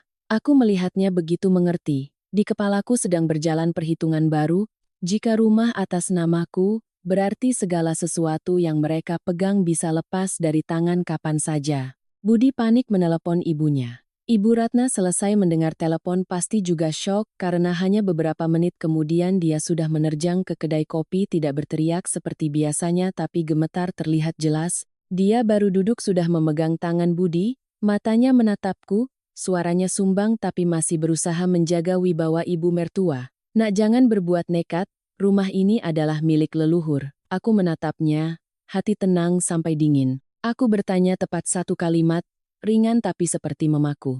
Leluhur mana yang tanda tangan surat balik nama untuk ibu?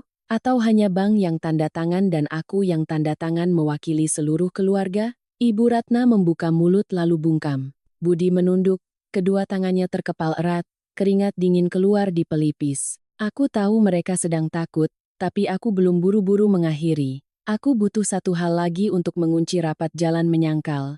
Tepat saat itu, pengacara Faisal meneleponku. Aku mengangkatnya. Selesai mendengar hanya bergumam ya satu kali. Aku mematikan telepon, mendongak menatap lurus kedua ibu dan anak itu, berkata perlahan kata demi kata, profil pinjaman konsumen online menggunakan KTP-ku. Ada IP pendaftaran yang cocok dengan WiFi rumah kita. Ibu Ratna terlonjak, tangannya lepas dari tangan Budi. Budi berbalik menatap ibunya, matanya melotot seperti tidak percaya. Ibu Ratna tergagap, kamu bicara sembarangan siapa? Siapa yang melakukan? Aku tidak berdebat. Aku hanya mengambil ponsel, membuka grup keluarga, mengetik tepat satu kalimat, lalu menekan kirim. Besok aku pulang ke rumah, bukan untuk minta maaf tapi untuk mengambil kembali apa yang menjadi milikku. Selesai mengirim. Aku berdiri. Aku tidak bicara satu kata pun lagi karena aku tahu mulai detik itu, mereka tidak akan lagi mengira aku menantu yang mudah, dan perang besar yang sebenarnya sudah sampai di depan pintu. Malam itu, aku mengirim pesan besok aku pulang ke rumah, aku tidak menggertak untuk kepuasan mulut. Aku bilang maka aku lakukan. Pagi harinya, aku membuat janji dengan pengacara Faisal untuk ikut serta dan meminta seorang teman dekatku menjadi saksi, tipe orang yang teliti, bicaranya jelas, agar setiap perkataan tidak bisa dibengkokkan. Aku tidak ingin menjadikan masalah ini tontonan pertengkaran bagi orang lain. Tapi aku juga tidak ingin nantinya ada yang berbalik menuduhku bertindak sendiri, mengarang cerita sendiri. Ketika orang sudah bermain kotor, kita harus bermain bersih tapi ketat. Mobil baru berhenti di depan pagar rumah suami, jantungku berdegup kencang satu kali lalu kembali tenang. Aku turun duluan, pengacara Faisal di belakang, temanku di samping. Pagar baru dibuka, Ibu Ratna sudah menerjang keluar seperti sudah menunggu. Dia menghadang tepat di jalan masuk, matanya melotot, suaranya antara menggertak dan gemetar. Kamu bawa siapa ke sini? Mau bikin onar di rumahku ya? Dia mengatakan kata rumahku seperti memberi stempel kepemilikan.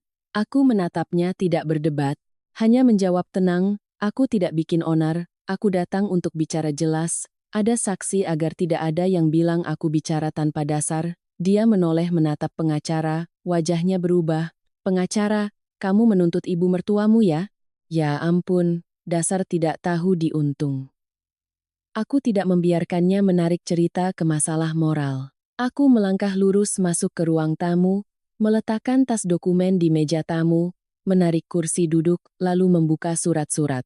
Aku memberikan fotokopi sertifikat beserta perjanjian jual beli rumah diletakkan tepat di tengah meja, menghadang di depannya seperti menghadang jalan yang biasa dia lewati. Aku berkata jelas setiap kata, suaranya tidak tinggi tapi dingin. Aku datang ke rumahku. Ibu bilang rumah ibu. Kalau begitu ibu tunjukkan padaku nama ibu ada di mana di surat ini.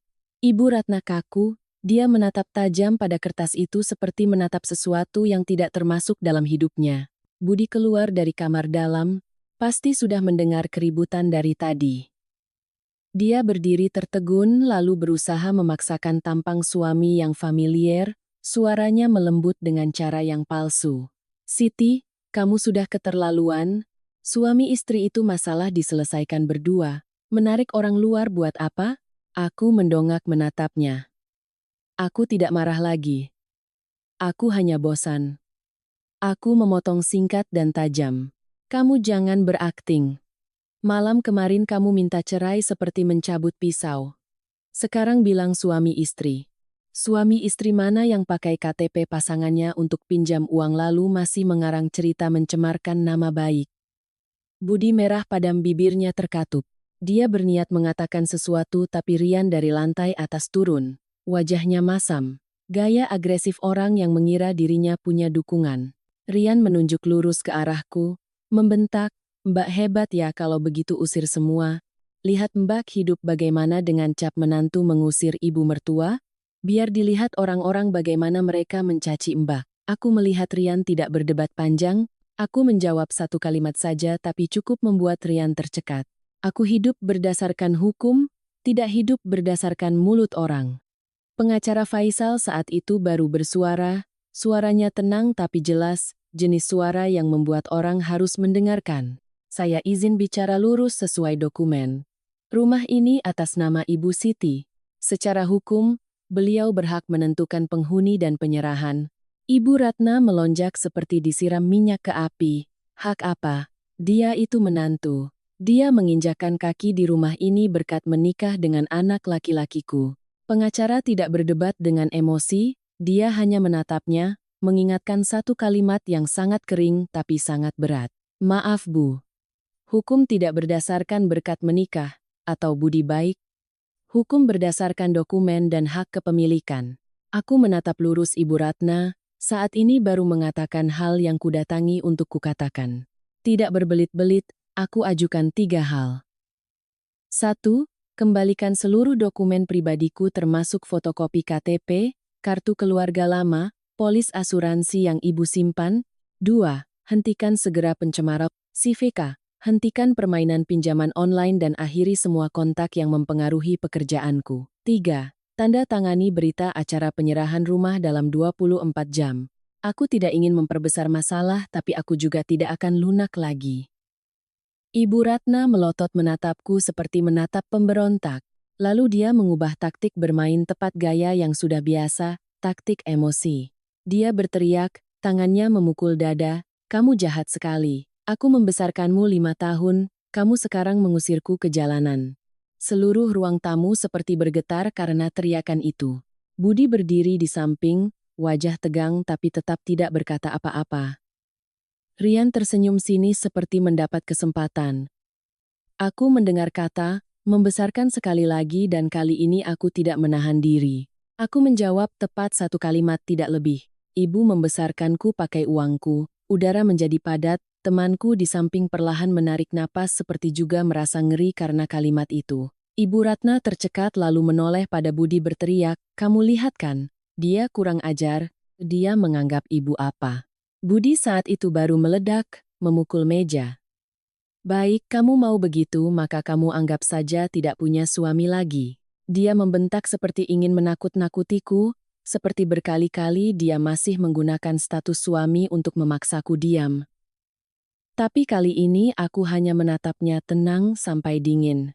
Kamu pikir kalimat itu membuatku takut ya? Aku sedang menunggu kamu bilang begitu agar segalanya jelas. Aku membuka ponsel, menyalakan kembali rekaman tutup jalan hidup dengan speaker aktif diletakkan tepat di tengah meja. Aku tidak perlu berteriak karena suara Ibu Ratna dalam rekaman itu sudah cukup menuduh. Aku meletakkan tambahan tumpukan mutasi rekening di sampingnya sebagai paku bukti. Ibu Ratna menerjang berniat merebut, tapi pengacara Faisal mengulurkan tangan mencegah mengingatkan pelan. Mohon Ibu tenang, ini adalah bukti terkait sengketa. Budi berdiri terpaku wajah pucat pasi. Rian memalingkan muka, penghindaran orang yang tahu dirinya juga terlibat. Aku tidak memperpanjang lagi karena aku tidak suka berdiri di rumah itu 1 menit pun lagi. Aku berdiri menatap pengacara Faisal mengatakan kalimat penutup tegas seperti memotong tali. Lakukan saja langkah selanjutnya. Bapak kirim laporan tindakan penggunaan KTP-ku untuk meminjam uang dan pelacakan IP. Aku tidak akan lunak lagi. Selesai bicara, aku merapikan dokumen, berbalik badan melangkah ke pintu. Di belakang punggungku, suara Ibu Ratna kembali terdengar. Kali ini bukan lagi teriakan memaki tapi suara panik yang sebenarnya. Siti, kamu berniat menjebloskanku ke penjara ya? Aku tidak berbalik, aku hanya menjawab satu kalimat cukup agar dia mengerti. Aku tidak menjebloskan siapapun. Orang yang berbuat salah melangkah masuk sendiri. Aku melangkah keluar dari rumah suami setelah kalimat orang yang berbuat salah melangkah masuk sendiri. Tapi aku tahu mereka tidak akan duduk diam menerima nasib. Ibu Ratna adalah tipe orang yang semakin terdesak semakin meronta semakin beracun. Dan benar seperti itu, hanya sampai sore hari itu saja, ponselku sudah menerima pesan dari seorang kerabat jauh. Siti, ibumu sedang memanggil orang-orang datang bilang kamu punya selingkuhan makanya berhenti kerja, lalu menuntut mengusir seluruh keluarga. Aku selesai membaca, hanya menghela napas. Ternyata dia masih memilih jalan lama yang sama, menggunakan mulut orang sebagai pisau, menggunakan massa sebagai tekanan. Tapi kali ini aku bukan lagi menantu yang berdiri di ruang tamu gemetar ketakutan. Aku sudah mempersiapkan cukup untuk mengubah mulut orang menjadi hal yang berbalik menyerang mereka sendiri. Aku kembali ke rumah suami pada malam hari, tetap pergi bersama pengacara Faisal dan temanku. Begitu melangkah masuk, aku sudah melihat ruang tamu lebih ramai dari tadi pagi. Ada yang duduk, ada yang berdiri, semua menatapku dengan wajah menunggu melihat sandiwara baru. Ibu Ratna duduk bertengger di tengah rumah sebagai ketua sidang, melihatku masuk langsung menyalak duluan, tidak perlu perkenalan, dia punya simpanan makanya dia berani melawan keluarga suami. Kalau tidak perempuan baik-baik mana ada yang meninggalkan pekerjaan 45 juta sebulan, dia merencanakan jalan ikut laki-laki meninggalkan anakku. Dia berteriak seolah-olah semakin keras maka semakin menjadi kebenaran. Budi berdiri di samping, wajah tegang tapi tetap tidak berani memotong ucapan ibunya.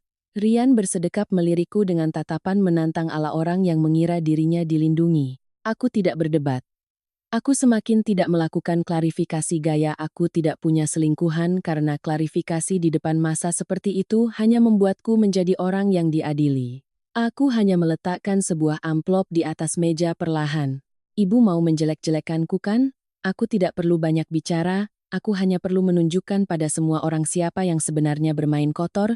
Aku mengeluarkan surat pemberitahuan skorsing sementara dari perusahaan meletakkannya di depan wajahnya. Beberapa kerabat memajukan badan melihat berbisik-bisik. Lo kok diskors? Ibu Ratna langsung menyambar, suaranya girang seperti baru menangkap kelemahan. Tuh, lihat kan? Dia mencuri data perusahaan diskors. Dia berhenti kerja itu untuk lari. Dia berbicara seolah-olah sudah menang. Aku menatapnya, tenang sampai aku sendiri merasa aneh. Aku mengangguk. Benar, aku diskors karena ada orang menuduhku membawa data keluar. Aku berhenti sejenak lalu melanjutkan, jelas, tapi orang menuduh dengan cara apa dan siapa yang melakukannya, maka malam ini aku akan mengatakannya pada semua orang untuk didengar. Bicara bukti, tidak bicara pakai mulut. Aku membuka laptop, menyambungkan internet, menyalakan file-file yang sudah disiapkan. Pengacara Faisal duduk di samping melihat sekilas lalu mengangguk kecil. Aku memutar layar agar semua orang bisa melihat lalu menunjuk pada riwayat login email dan penyimpanan data perusahaan. Aku berbicara perlahan setiap kalimat seperti memaku, ini login, ini waktu file pelanggan diunduh. Semua orang lihat baik-baik.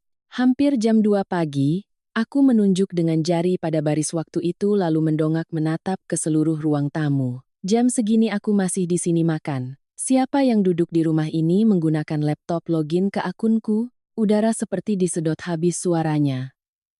Budi pucat pasi terlihat jelas, mata bergerak terus-menerus. Rian melirik cepat ke tempat lain, Ibu Ratna tergagap, masih berusaha menyangkal dengan gaya orang tidak tahu apa-apa. Saya mana tahu soal mesin, kamu mengada-ada. Aku tidak butuh ibu tahu soal mesin, aku hanya butuh ibu tahu rasa takut. Pengacara Faisal saat itu mengeluarkan selembar surat verifikasi yang sudah disiapkan, suaranya datar dan jelas, jenis suara yang membuat orang harus mendengarkan. Selain login ilegal juga ada profil pinjaman konsumen online menggunakan KTP Ibu Siti. Profil ini didaftarkan menggunakan IP yang cocok dengan Wi-Fi rumah ini dan perangkat yang mendaftar bernama ponsel Rian. Kalimat baru saja berakhir, Rian melonjak seperti tersengat listrik. Bukan aku. Siapa yang pinjam ponselku bagaimana? Ponsel siapa saja kan bisa dipinjamkan? Rian bicara cepat bicara keras, mata melotot tapi semakin bicara semakin terlihat paniknya. Aku menatap Rian, suara pelan tapi tajam seperti silet. Ponsel kamu, Wi-Fi rumah ini, KTP-ku di tangan ibu. Jadi siapa yang kebetulan menggabungkan ketiga hal itu? Seluruh ruang tamu berdengung seperti sarang lebah pecah. Orang yang tadi masih mendengar Ibu Ratna bilang dia punya selingkuhan mulai menatapnya dengan tatapan lain. Ada yang mengerutkan kening, ada yang menggelengkan kepala, ada yang menghela napas. Melakukan begitu jahat sekali. Ibu Ratna pucat lalu menerjang seperti binatang yang terdesak. Merebut kertas di tangan pengacara, mulut berteriak, "Sini kertas palsu, kalian merekayasa," tapi semakin dia merebut semakin terlihat kepanikannya. Budi berlari menarik ibunya kembali, wajahnya putih pucat seperti baru runtuh atap rumah, lalu Budi mengubah taktik, menarikku ke sudut, merendahkan suara lunak palsu orang yang hampir kalah. "Siti, kita bicara pribadi, aku minta maaf. Tolong lupakan, aku akan tanda tangan, aku akan pindah kamu, jangan perbesar masalah lagi." Aku menatapnya tidak lagi marah, tapi hanya merasa sedih. Aku menjawab singkat, "Kamu minta maaf, karena takut bukan?" Karena menyesal. Budi menelan, ludah berniat bicara lagi, tapi aku potong langsung. "Jangan minta maaf pakai mulut, minta maaf pakai tindakan." Aku berbalik membuka email yang sudah disiapkan melampirkan seluruh bukti login verifikasi IP pesan penagihan utang, mutasi transaksi kartu tambahan dan juga rekaman tutup jalan hidup. Aku menekan kirim langsung ke HRD dan direksi. Di depan semua orang, aku berkata jelas, cukup agar semua mendengar. Aku sudah mengirim berkas ke perusahaan, aku juga memberitahu jika perusahaan dimanfaatkan untuk mencelakaiku, aku akan mengundang pihak berwenang untuk terlibat. Baru saja selesai kalimat, ponselku bergetar. HRD menelepon. Aku menyalakan speaker, suara HRD terdengar jelas. "Bu Siti, tolong datang bekerja secepat mungkin, ada tanda-tanda ibu dijebak. Perusahaan butuh ibu bekerja sama." Seluruh ruang tamu seperti membeku. Kata-kata Ibu Ratna yang berteriak tadi tiba-tiba menjadi lelucon. Aku menutup laptop, menatap lurus Ibu Ratna, Budi dan Rian. Aku tidak memaki, tidak memarahi. Hanya mengatakan satu kalimat penutup ringan tapi berat seperti palu. "Mulai sekarang bukan lagi masalah cerai, ini masalah hukum, dan aku tidak menarik laporan." Pagi harinya aku datang ke perusahaan sesuai jadwal HRD. Aku pergi sendiri tapi di dalam tasku ada satu set berkas lengkap seperti baju zirah. Email yang sudah dikirim login, verifikasi IP, mutasi kartu tambahan, pesan penagihan utang dan semua yang telah kusiapkan selama ini. Aku melangkah masuk ke ruang rapat, tapi hati tidak lagi panik seperti sebelumnya. Aku hanya merasakan satu perasaan yang sangat jelas. Hari ini kebenaran akan berdiri tegak. Di ruang rapat ada HRD, kepala divisi hukum internal dan sekelompok IT yang bertanggung jawab atas keamanan sistem. Mereka membuka dengan suara serius, "Bu Siti, terima kasih sudah datang. Kami sudah melihat berkas yang Ibu kirim.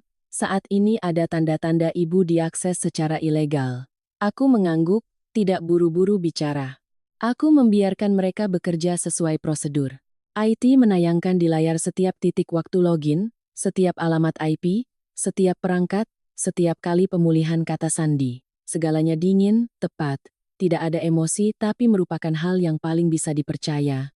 Lalu penanggung jawab IT mengatakan satu kalimat yang membuat seluruh ruangan hening.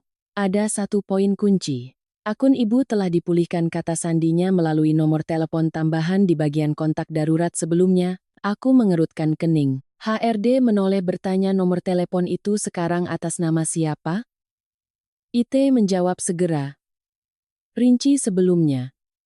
Nomor itu pernah atas nama saudara Tren Kwok Heng, Budi.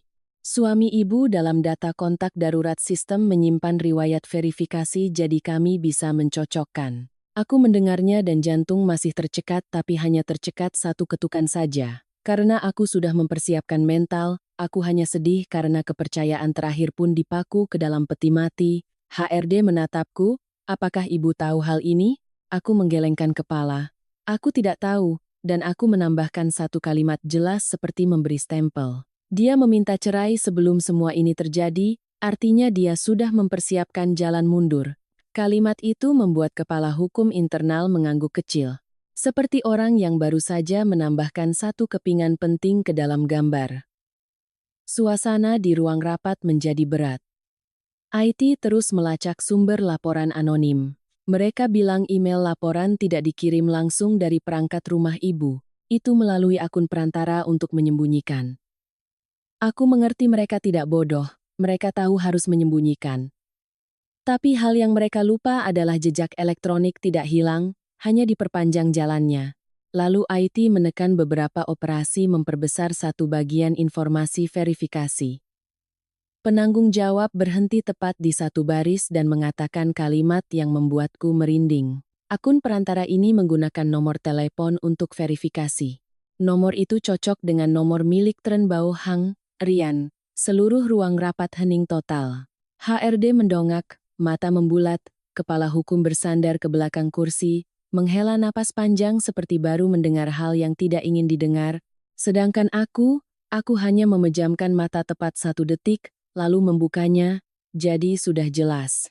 Bukan hanya satu orang, ini adalah satu kelompok dalam satu rumah bekerja sama, orang yang memegang dokumen, orang yang punya nomor telepon, orang yang punya hak akses, orang yang berdiri mendorongku ke dalam lubang. HRD segera berkata, kami akan mengundang pihak-pihak terkait datang untuk mencocok. Aku bertanya tenang, perusahaan berencana memprosesku bagaimana? HRD menjawab segera, untuk sementara kami mencabut skorsing Ibu segera karena ada dasar Ibu dijebak, sekaligus, kami membuat berkas untuk diserahkan ke pihak berwenang karena ada tanda-tanda kejahatan teknologi dan pemalsuan. Mendengar kata mencabut skorsing, aku merasa dadaku ringan sedikit. Bukan ringan karena menang, tapi ringan karena kehormatanku dikembalikan ke tempat yang seharusnya. Ada hal-hal yang hilang, uang masih bisa dicari lagi, tapi kalau hilang kehormatan maka orang hidup pun tidak bisa mengangkat muka. Aku hampir didorong ke tempat itu.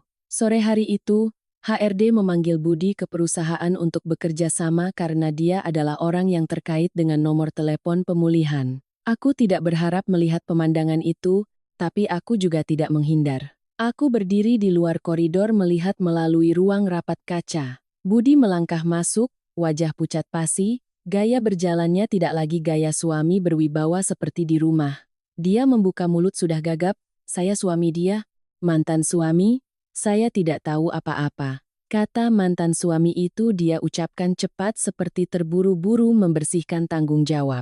Aku mendengarnya hanya merasa kosong. Orang bisa melupakan tanggung jawab secepat itu ya?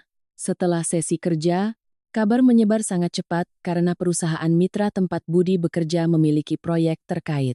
Ketika seseorang diduga terlibat dalam masalah akses ilegal, mencemarkan nama baik personel pihak lain, maka tidak perlu kesimpulan akhir, reputasi sudah jatuh sebagian, Aku mendengar pihak sana langsung menghentikannya dari proyek lalu memberhentikannya untuk menunggu kejelasan.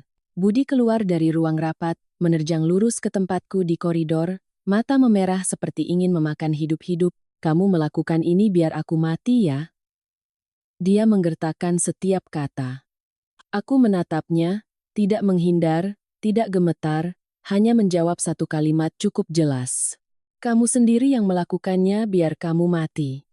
Aku hanya membawa kebenaran ke cahaya. Sampai malam, Ibu Ratna meneleponku. Kali ini bukan lagi nada sok berkuasa, tapi suara tangisan berteriak tepat gaya orang yang akan kehilangan hal terpenting dalam hidup. Kamu mencelakai anakku, kamu jahat, anakku kehilangan pekerjaan. Aku mendengar suaranya tapi tidak merasa takut lagi. Aku hanya berkata tenang. Anak laki-laki ibu sudah dewasa, ibu jangan menimpakan ke kepalaku lagi. Aku tidak memegang tangannya melakukan hal yang salah. Dia berteriak, aku cuma mau menakut-nakutimu sedikit saja. Aku tertawa hambar. Menakut-nakuti tapi pakai KTP orang untuk pinjam uang. Menakut-nakuti tapi mengarang cerita mencemarkan nama baik. Menakut-nakuti tapi menutup jalan hidup. Itu bukan disebut menakut-nakuti. Budi malam itu pulang ke rumah, pasti terdesak sampai gila jadi melampiaskan semuanya. Ibuku mendengar cerita tapi aku juga bisa menebak adegan itu. Dia berteriak, ibu bilang lakukan pelan-pelan saja kan? Sekarang aku kehilangan semuanya.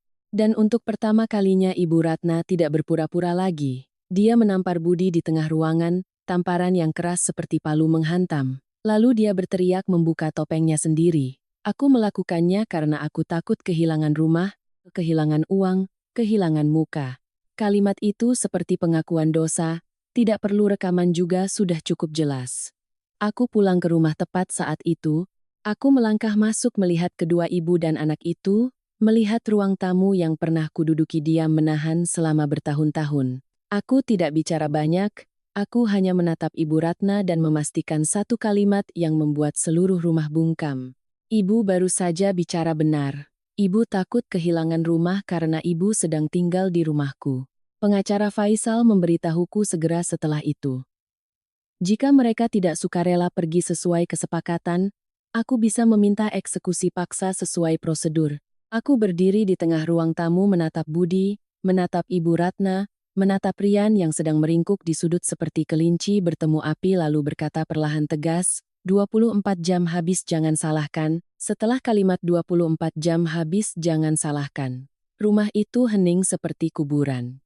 Aku tidak tinggal untuk mendengar mereka memaki lebih lanjut, juga tidak berdiri di sana untuk melihat wajah mereka berusaha menyelamatkan keadaan. Aku berbalik melangkah keluar dari pagar dengan hati yang tidak lagi gemetar. Aku tahu mereka akan meronta, dan juga tahu ketika sudah menyentuh tepat di tempat yang paling mereka takuti. Perontaan itu cepat atau lambat akan berubah menjadi permohonan. Malam itu hampir jam 10, aku baru makan mie sementara di kamar kos kecil ketika mendengar suara ketukan pintu bertubi-tubi. Aku melihat melalui lubang intip, jantung sedikit tercekat. Ibu Ratna berdiri tepat di luar pintu, rambut berantakan, mata merah. Sedangkan Budi berdiri di belakang, wajah cekung seperti beberapa malam tidak tidur. Dia tidak lagi memiliki gaya duduk di tengah rumah memberi perintah. Tidak ada lagi suara berteriak perempuan tanpa uang ya mati di jalanan lagi. Dia berdiri di sana tangan mencengkeram tali tas seperti orang yang takut didorong keluar dari pegangan terakhir. Aku membuka pintu, bukan karena lunak hati tapi karena aku ingin mengakhiri dengan jelas. Dia melangkah masuk, melihat sekeliling kamar yang sangat kecil lalu duduk lemas di kursi plastik, terengah-engah. Beberapa saat kemudian dia baru bisa bersuara, suaranya serak, "Nak, ibu salah."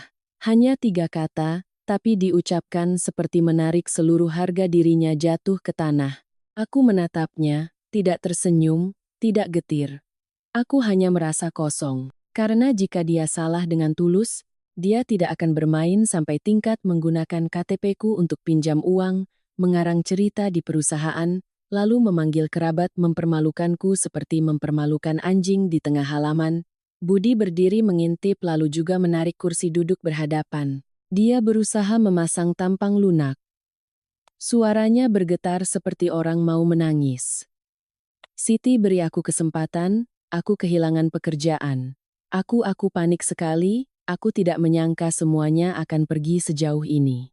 Dia bilang panik tapi aku mendengarnya keluar tepat satu hal. Dia panik karena kehilangan tumpuan bukan panik karena menyakitiku. Aku menatap Budi lama sekali, aku menatap wajah yang familiar tapi asing lalu tiba-tiba menyadari orang bisa mengubah nada secepat mengganti baju ketika kepentingan tersentuh. Ibu Ratna melihatku diam langsung menambah pukulan emosi. Suaranya lebih lemah tapi masih berusaha menarik kata kekeluargaan sebagai tali. Rumah ini cuma ada Budi, kamu perbesar masalah maka dia mau kemana? Ibu sudah tua, ibu juga cuma karena khawatir pada anak laki-laki. Aku memotong, suaraku tidak tinggi tapi jelas, tegas seperti menutup pintu ilusi terakhir, ibu jangan pakai kata keluarga lagi. Keluarga tidak ada yang meminjam uang pakai KTP orang lain. Keluarga tidak ada yang mengarang cerita menutup jalan hidup satu sama lain. Ibu Ratna kaku. Budi menunduk lalu tiba-tiba menunjukkan tepat kebiasaan lama yang masih begitu, ketika butuh maka meminta tapi di dalam kepala masih berpikir dirinya berhak memberi perintah. Dia mendongak bicara seperti memaksakan, kamu tarik laporan deh, aku janji aku akan berubah, aku membalas langsung, tidak membiarkannya sempat berakting lagi. Kamu masih bicara gaya itu, kamu masih berpikir kamu punya hak atas hidupku. Budi tertegun, mata berkedip terus-menerus seperti ditampar tepat pada sifat aslinya yang masih disembunyikan. Dia meminta tapi meminta untuk menjaga kepentingan bukan meminta karena menghormati. Aku berdiri, mengambil dari laci selembar kertas yang sudah disiapkan sejak sore meletakkannya di atas meja. Itu adalah perjanjian kesepakatan cerai yang disusun pengacara Faisal. Aku sudah menandatangani bagianku. Tanda tangan rapi tidak gemetar seperti keputusan yang sudah matang. Aku berkata perlahan, mau berakhir ya berakhir dengan benar. Ini kesepakatan. Kamu tanda tangan mengonfirmasi tidak menyengketakan rumah, tidak terus mencemarkan nama baikku dalam bentuk apapun dan mengembalikan seluruh dokumen pribadiku. Setelah itu aku akan melakukan prosedur sesuai ketentuan. Tidak perlu menangis, tidak perlu kerabat, tidak perlu berbuat macam-macam.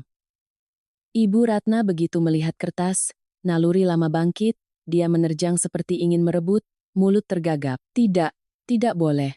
Rumah ini. Tapi tangannya gemetar hebat, dia tidak lagi cukup kuat untuk merobeknya, karena dia tahu merobek saat ini hanya membakar dirinya sendiri. Budi memegang kertas membaca setiap baris, semakin membaca wajahnya semakin putih, dia mendongak, suaranya serak, kamu memutuskan begitu benaran? Aku menatap lurus padanya, mengatakan satu kalimat singkat seperti menutup buku. Aku memutuskan sejak kamu menggebrak meja bilang cerai hanya karena aku berhenti kerja. Udara di ruangan berat seperti batu. Ibu Ratna tiba-tiba mengubah suaranya merendah hampir seperti memohon. Nak, ibu kembalikan dokumen.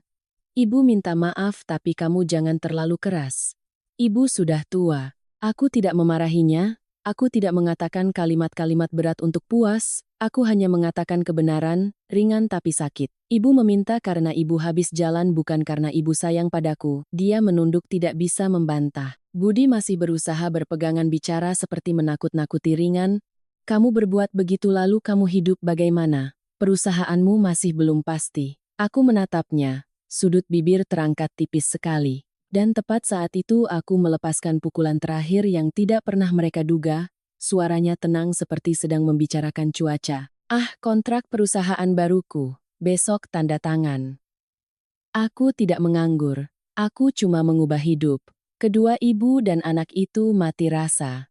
Ibu Ratna menatapku seperti menatap orang yang baru keluar dari kandang yang dikiranya sudah dikunci rapat. Budi memegang pulpen tapi tangannya seperti tidak ada tenaga.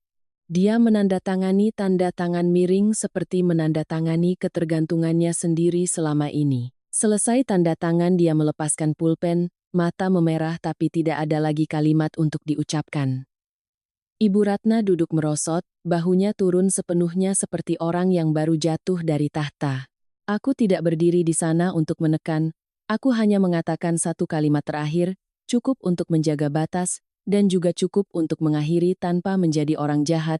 Ibu pulanglah. Aku tidak mengusir ibu ke jalanan, aku hanya mengambil kembali tepat apa yang menjadi milikku. Tepat saat aku selesai bicara, ponselku bergetar, pesan dari Pak Hendra muncul singkat. Besok selesai tanda tangan, kamu resmi jadi direktur operasional. Aku menatap layar, memejamkan mata, menghela napas panjang, seperti melepaskan beban 10 tahun. Aku berkata sangat pelan, seperti bicara pada diri sendiri, begitu sudah cukup. Hari penandatanganan kontrak pendirian perusahaan baru. Aku tidak memakai gaun indah, tidak membawa bunga, juga tidak memposting status apapun di media sosial.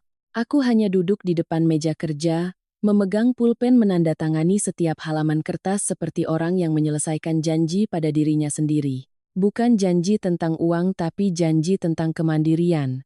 5 tahun lalu, aku memasuki pernikahan dengan keinginan untuk membina. Hari ini aku keluar darinya dengan satu hal saja yang kupertahankan. Harga diri. Perusahaan lama mengirim email resmi meminta maaf padaku seminggu kemudian. Mereka mengakui adanya akses ilegal dan memulihkan seluruh kehormatanku dalam sistem internal. Mereka menawariku mempertimbangkan kembali untuk memegang posisi lama dengan daya yang lebih baik. Aku membaca email itu dengan sangat teliti lalu menggelengkan kepala pelan. Bukan karena aku marah, hanya saja aku sudah melangkah ke jalan lain. Ada tempat-tempat di mana kita pernah menjadi bagiannya. Tapi ketika segalanya sudah berubah, kembali pun tidak akan sama seperti dulu. Rumah atas namaku diserahkan sesuai hukum. Aku tidak membuat keributan, tidak menyuruh orang datang untuk eksekusi paksa, karena akhirnya Budi telah menandatangani cukup dokumen dan pindah dalam diam. Aku tidak mengusir mereka ke jalanan di malam hujan, tapi cara mereka pernah ingin mendorongku pergi. Aku memberi mereka waktu cukup untuk berkemas, cukup untuk mengerti bahwa mulai sekarang mereka harus berdiri dengan kaki mereka sendiri. Aku tidak puas ketika melihat mereka meninggalkan rumah itu. Aku hanya merasa sebuah bab lama ditutup dengan sangat jelas. Budi setelah kehilangan pekerjaan baru terungkap kenyataan yang sebelumnya sudah kuduga-duga. Dia tidak punya tabungan yang berarti. 5 tahun hidup dalam kemudahan membuatnya terbiasa dengan segala sesuatu sudah ada aku yang menanggung. Ketika tidak ada lagi aliran uang itu, dia seperti orang yang baru bangun di tengah lapangan kosong, tidak tahu harus berpegangan kemana. Pernah dia mengirim pesan padaku, tidak lagi bernada menggertak, tidak lagi menuntut. Dia menulis, aku baru mengerti, saat kamu menghasilkan uang, kamu masih istri, saat kamu berhenti memberikan uang kamu jadi musuh. Aku selesai membaca, duduk diam lama sekali lalu, aku membalas tepat satu kalimat, kamu mengerti terlambat, tidak sinis, tidak mengejek, hanya kenyataan. Ibu Ratna berbeda, dia tetap pergi mengeluh pada kerabat bahwa ditendang menantu, bahwa memelihara anak harimau, tapi cerita pinjam uang online pakai KTP-ku, cerita email pencemaran nama baik, cerita log IP cocok dengan Wi-Fi perlahan-lahan menyebar. Bukan aku yang cerita, aku tidak perlu cerita. Kebenaran punya cara sendiri untuk sampai ke telinga orang-orang yang perlu mendengar. Dan kemudian muka yang dia jaga seumur hidup justru retak dari hal-hal yang dia lakukan dalam 1 menit takut kehilangan kepentingan. Aku tidak merasa senang ketika hal itu terjadi, aku hanya merasa itu adalah harganya. Hal yang paling aneh adalah ketika semua masalah mereda, aku sama sekali tidak merasa diriku lebih jahat. Aku tidak mencari cara untuk membalas dendam, tidak menelepon menyindir, tidak menjadikan cerita mereka sebagai topik untuk memamerkan kemenangan. Aku hanya memegang satu prinsip yang sangat jelas. Siapa yang berbuat salah harus membayar harganya, tapi aku tidak perlu menginjak lagi untuk membuktikan diriku benar. Aku telah kehilangan 5 tahun menempatkan kepercayaan di tempat yang salah. Aku tidak ingin kehilangan 1 hari lagi hidup dalam kebencian. Ada malam di mana aku duduk sendirian mengingat kembali makan malam yang pernah kumasak. Kali-kali aku transfer uang dengan rutin. Kali-kali aku menelan kekesalan karena berpikir aku adalah istri. Aku pernah berpikir aku kehilangan 45 juta sebulan ketika berhenti kerja. Tapi melihat kembali, hal yang hampir kuhilangkan bukan uang melainkan kepercayaan pada diriku sendiri. Jika hari itu aku takut, aku kembali minta maaf hanya untuk menjaga status istri, mungkin aku telah kehilangan diriku sendiri selamanya. Sekarang, kantor perusahaan baruku belum besar, hanya satu lantai kecil, beberapa set meja kursi rapi, papan rencana tergantung di dinding dan teko teh selalu panas di atas meja. Ada sore hari, aku duduk sendirian melihat sinar matahari menembus kaca jendela, mendengar suara kendaraan di jalan, dan merasakan satu hal yang sangat sederhana. Kedamaian, tidak ada yang menggebrak meja karena aku berhenti kerja. Tidak ada yang berteriak rumah ini, mau makan pakai apa, ketika aku bicara tentang rencanaku. Tidak ada yang menatapku seperti dompet berjalan.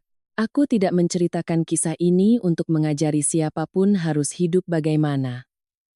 Aku hanya ingin mengatakan bahwa ada keluarga yang hanya mencintaimu ketika kamu masih memberikan manfaat, ketika kamu berhenti, mereka menyebutnya pengkhianatan.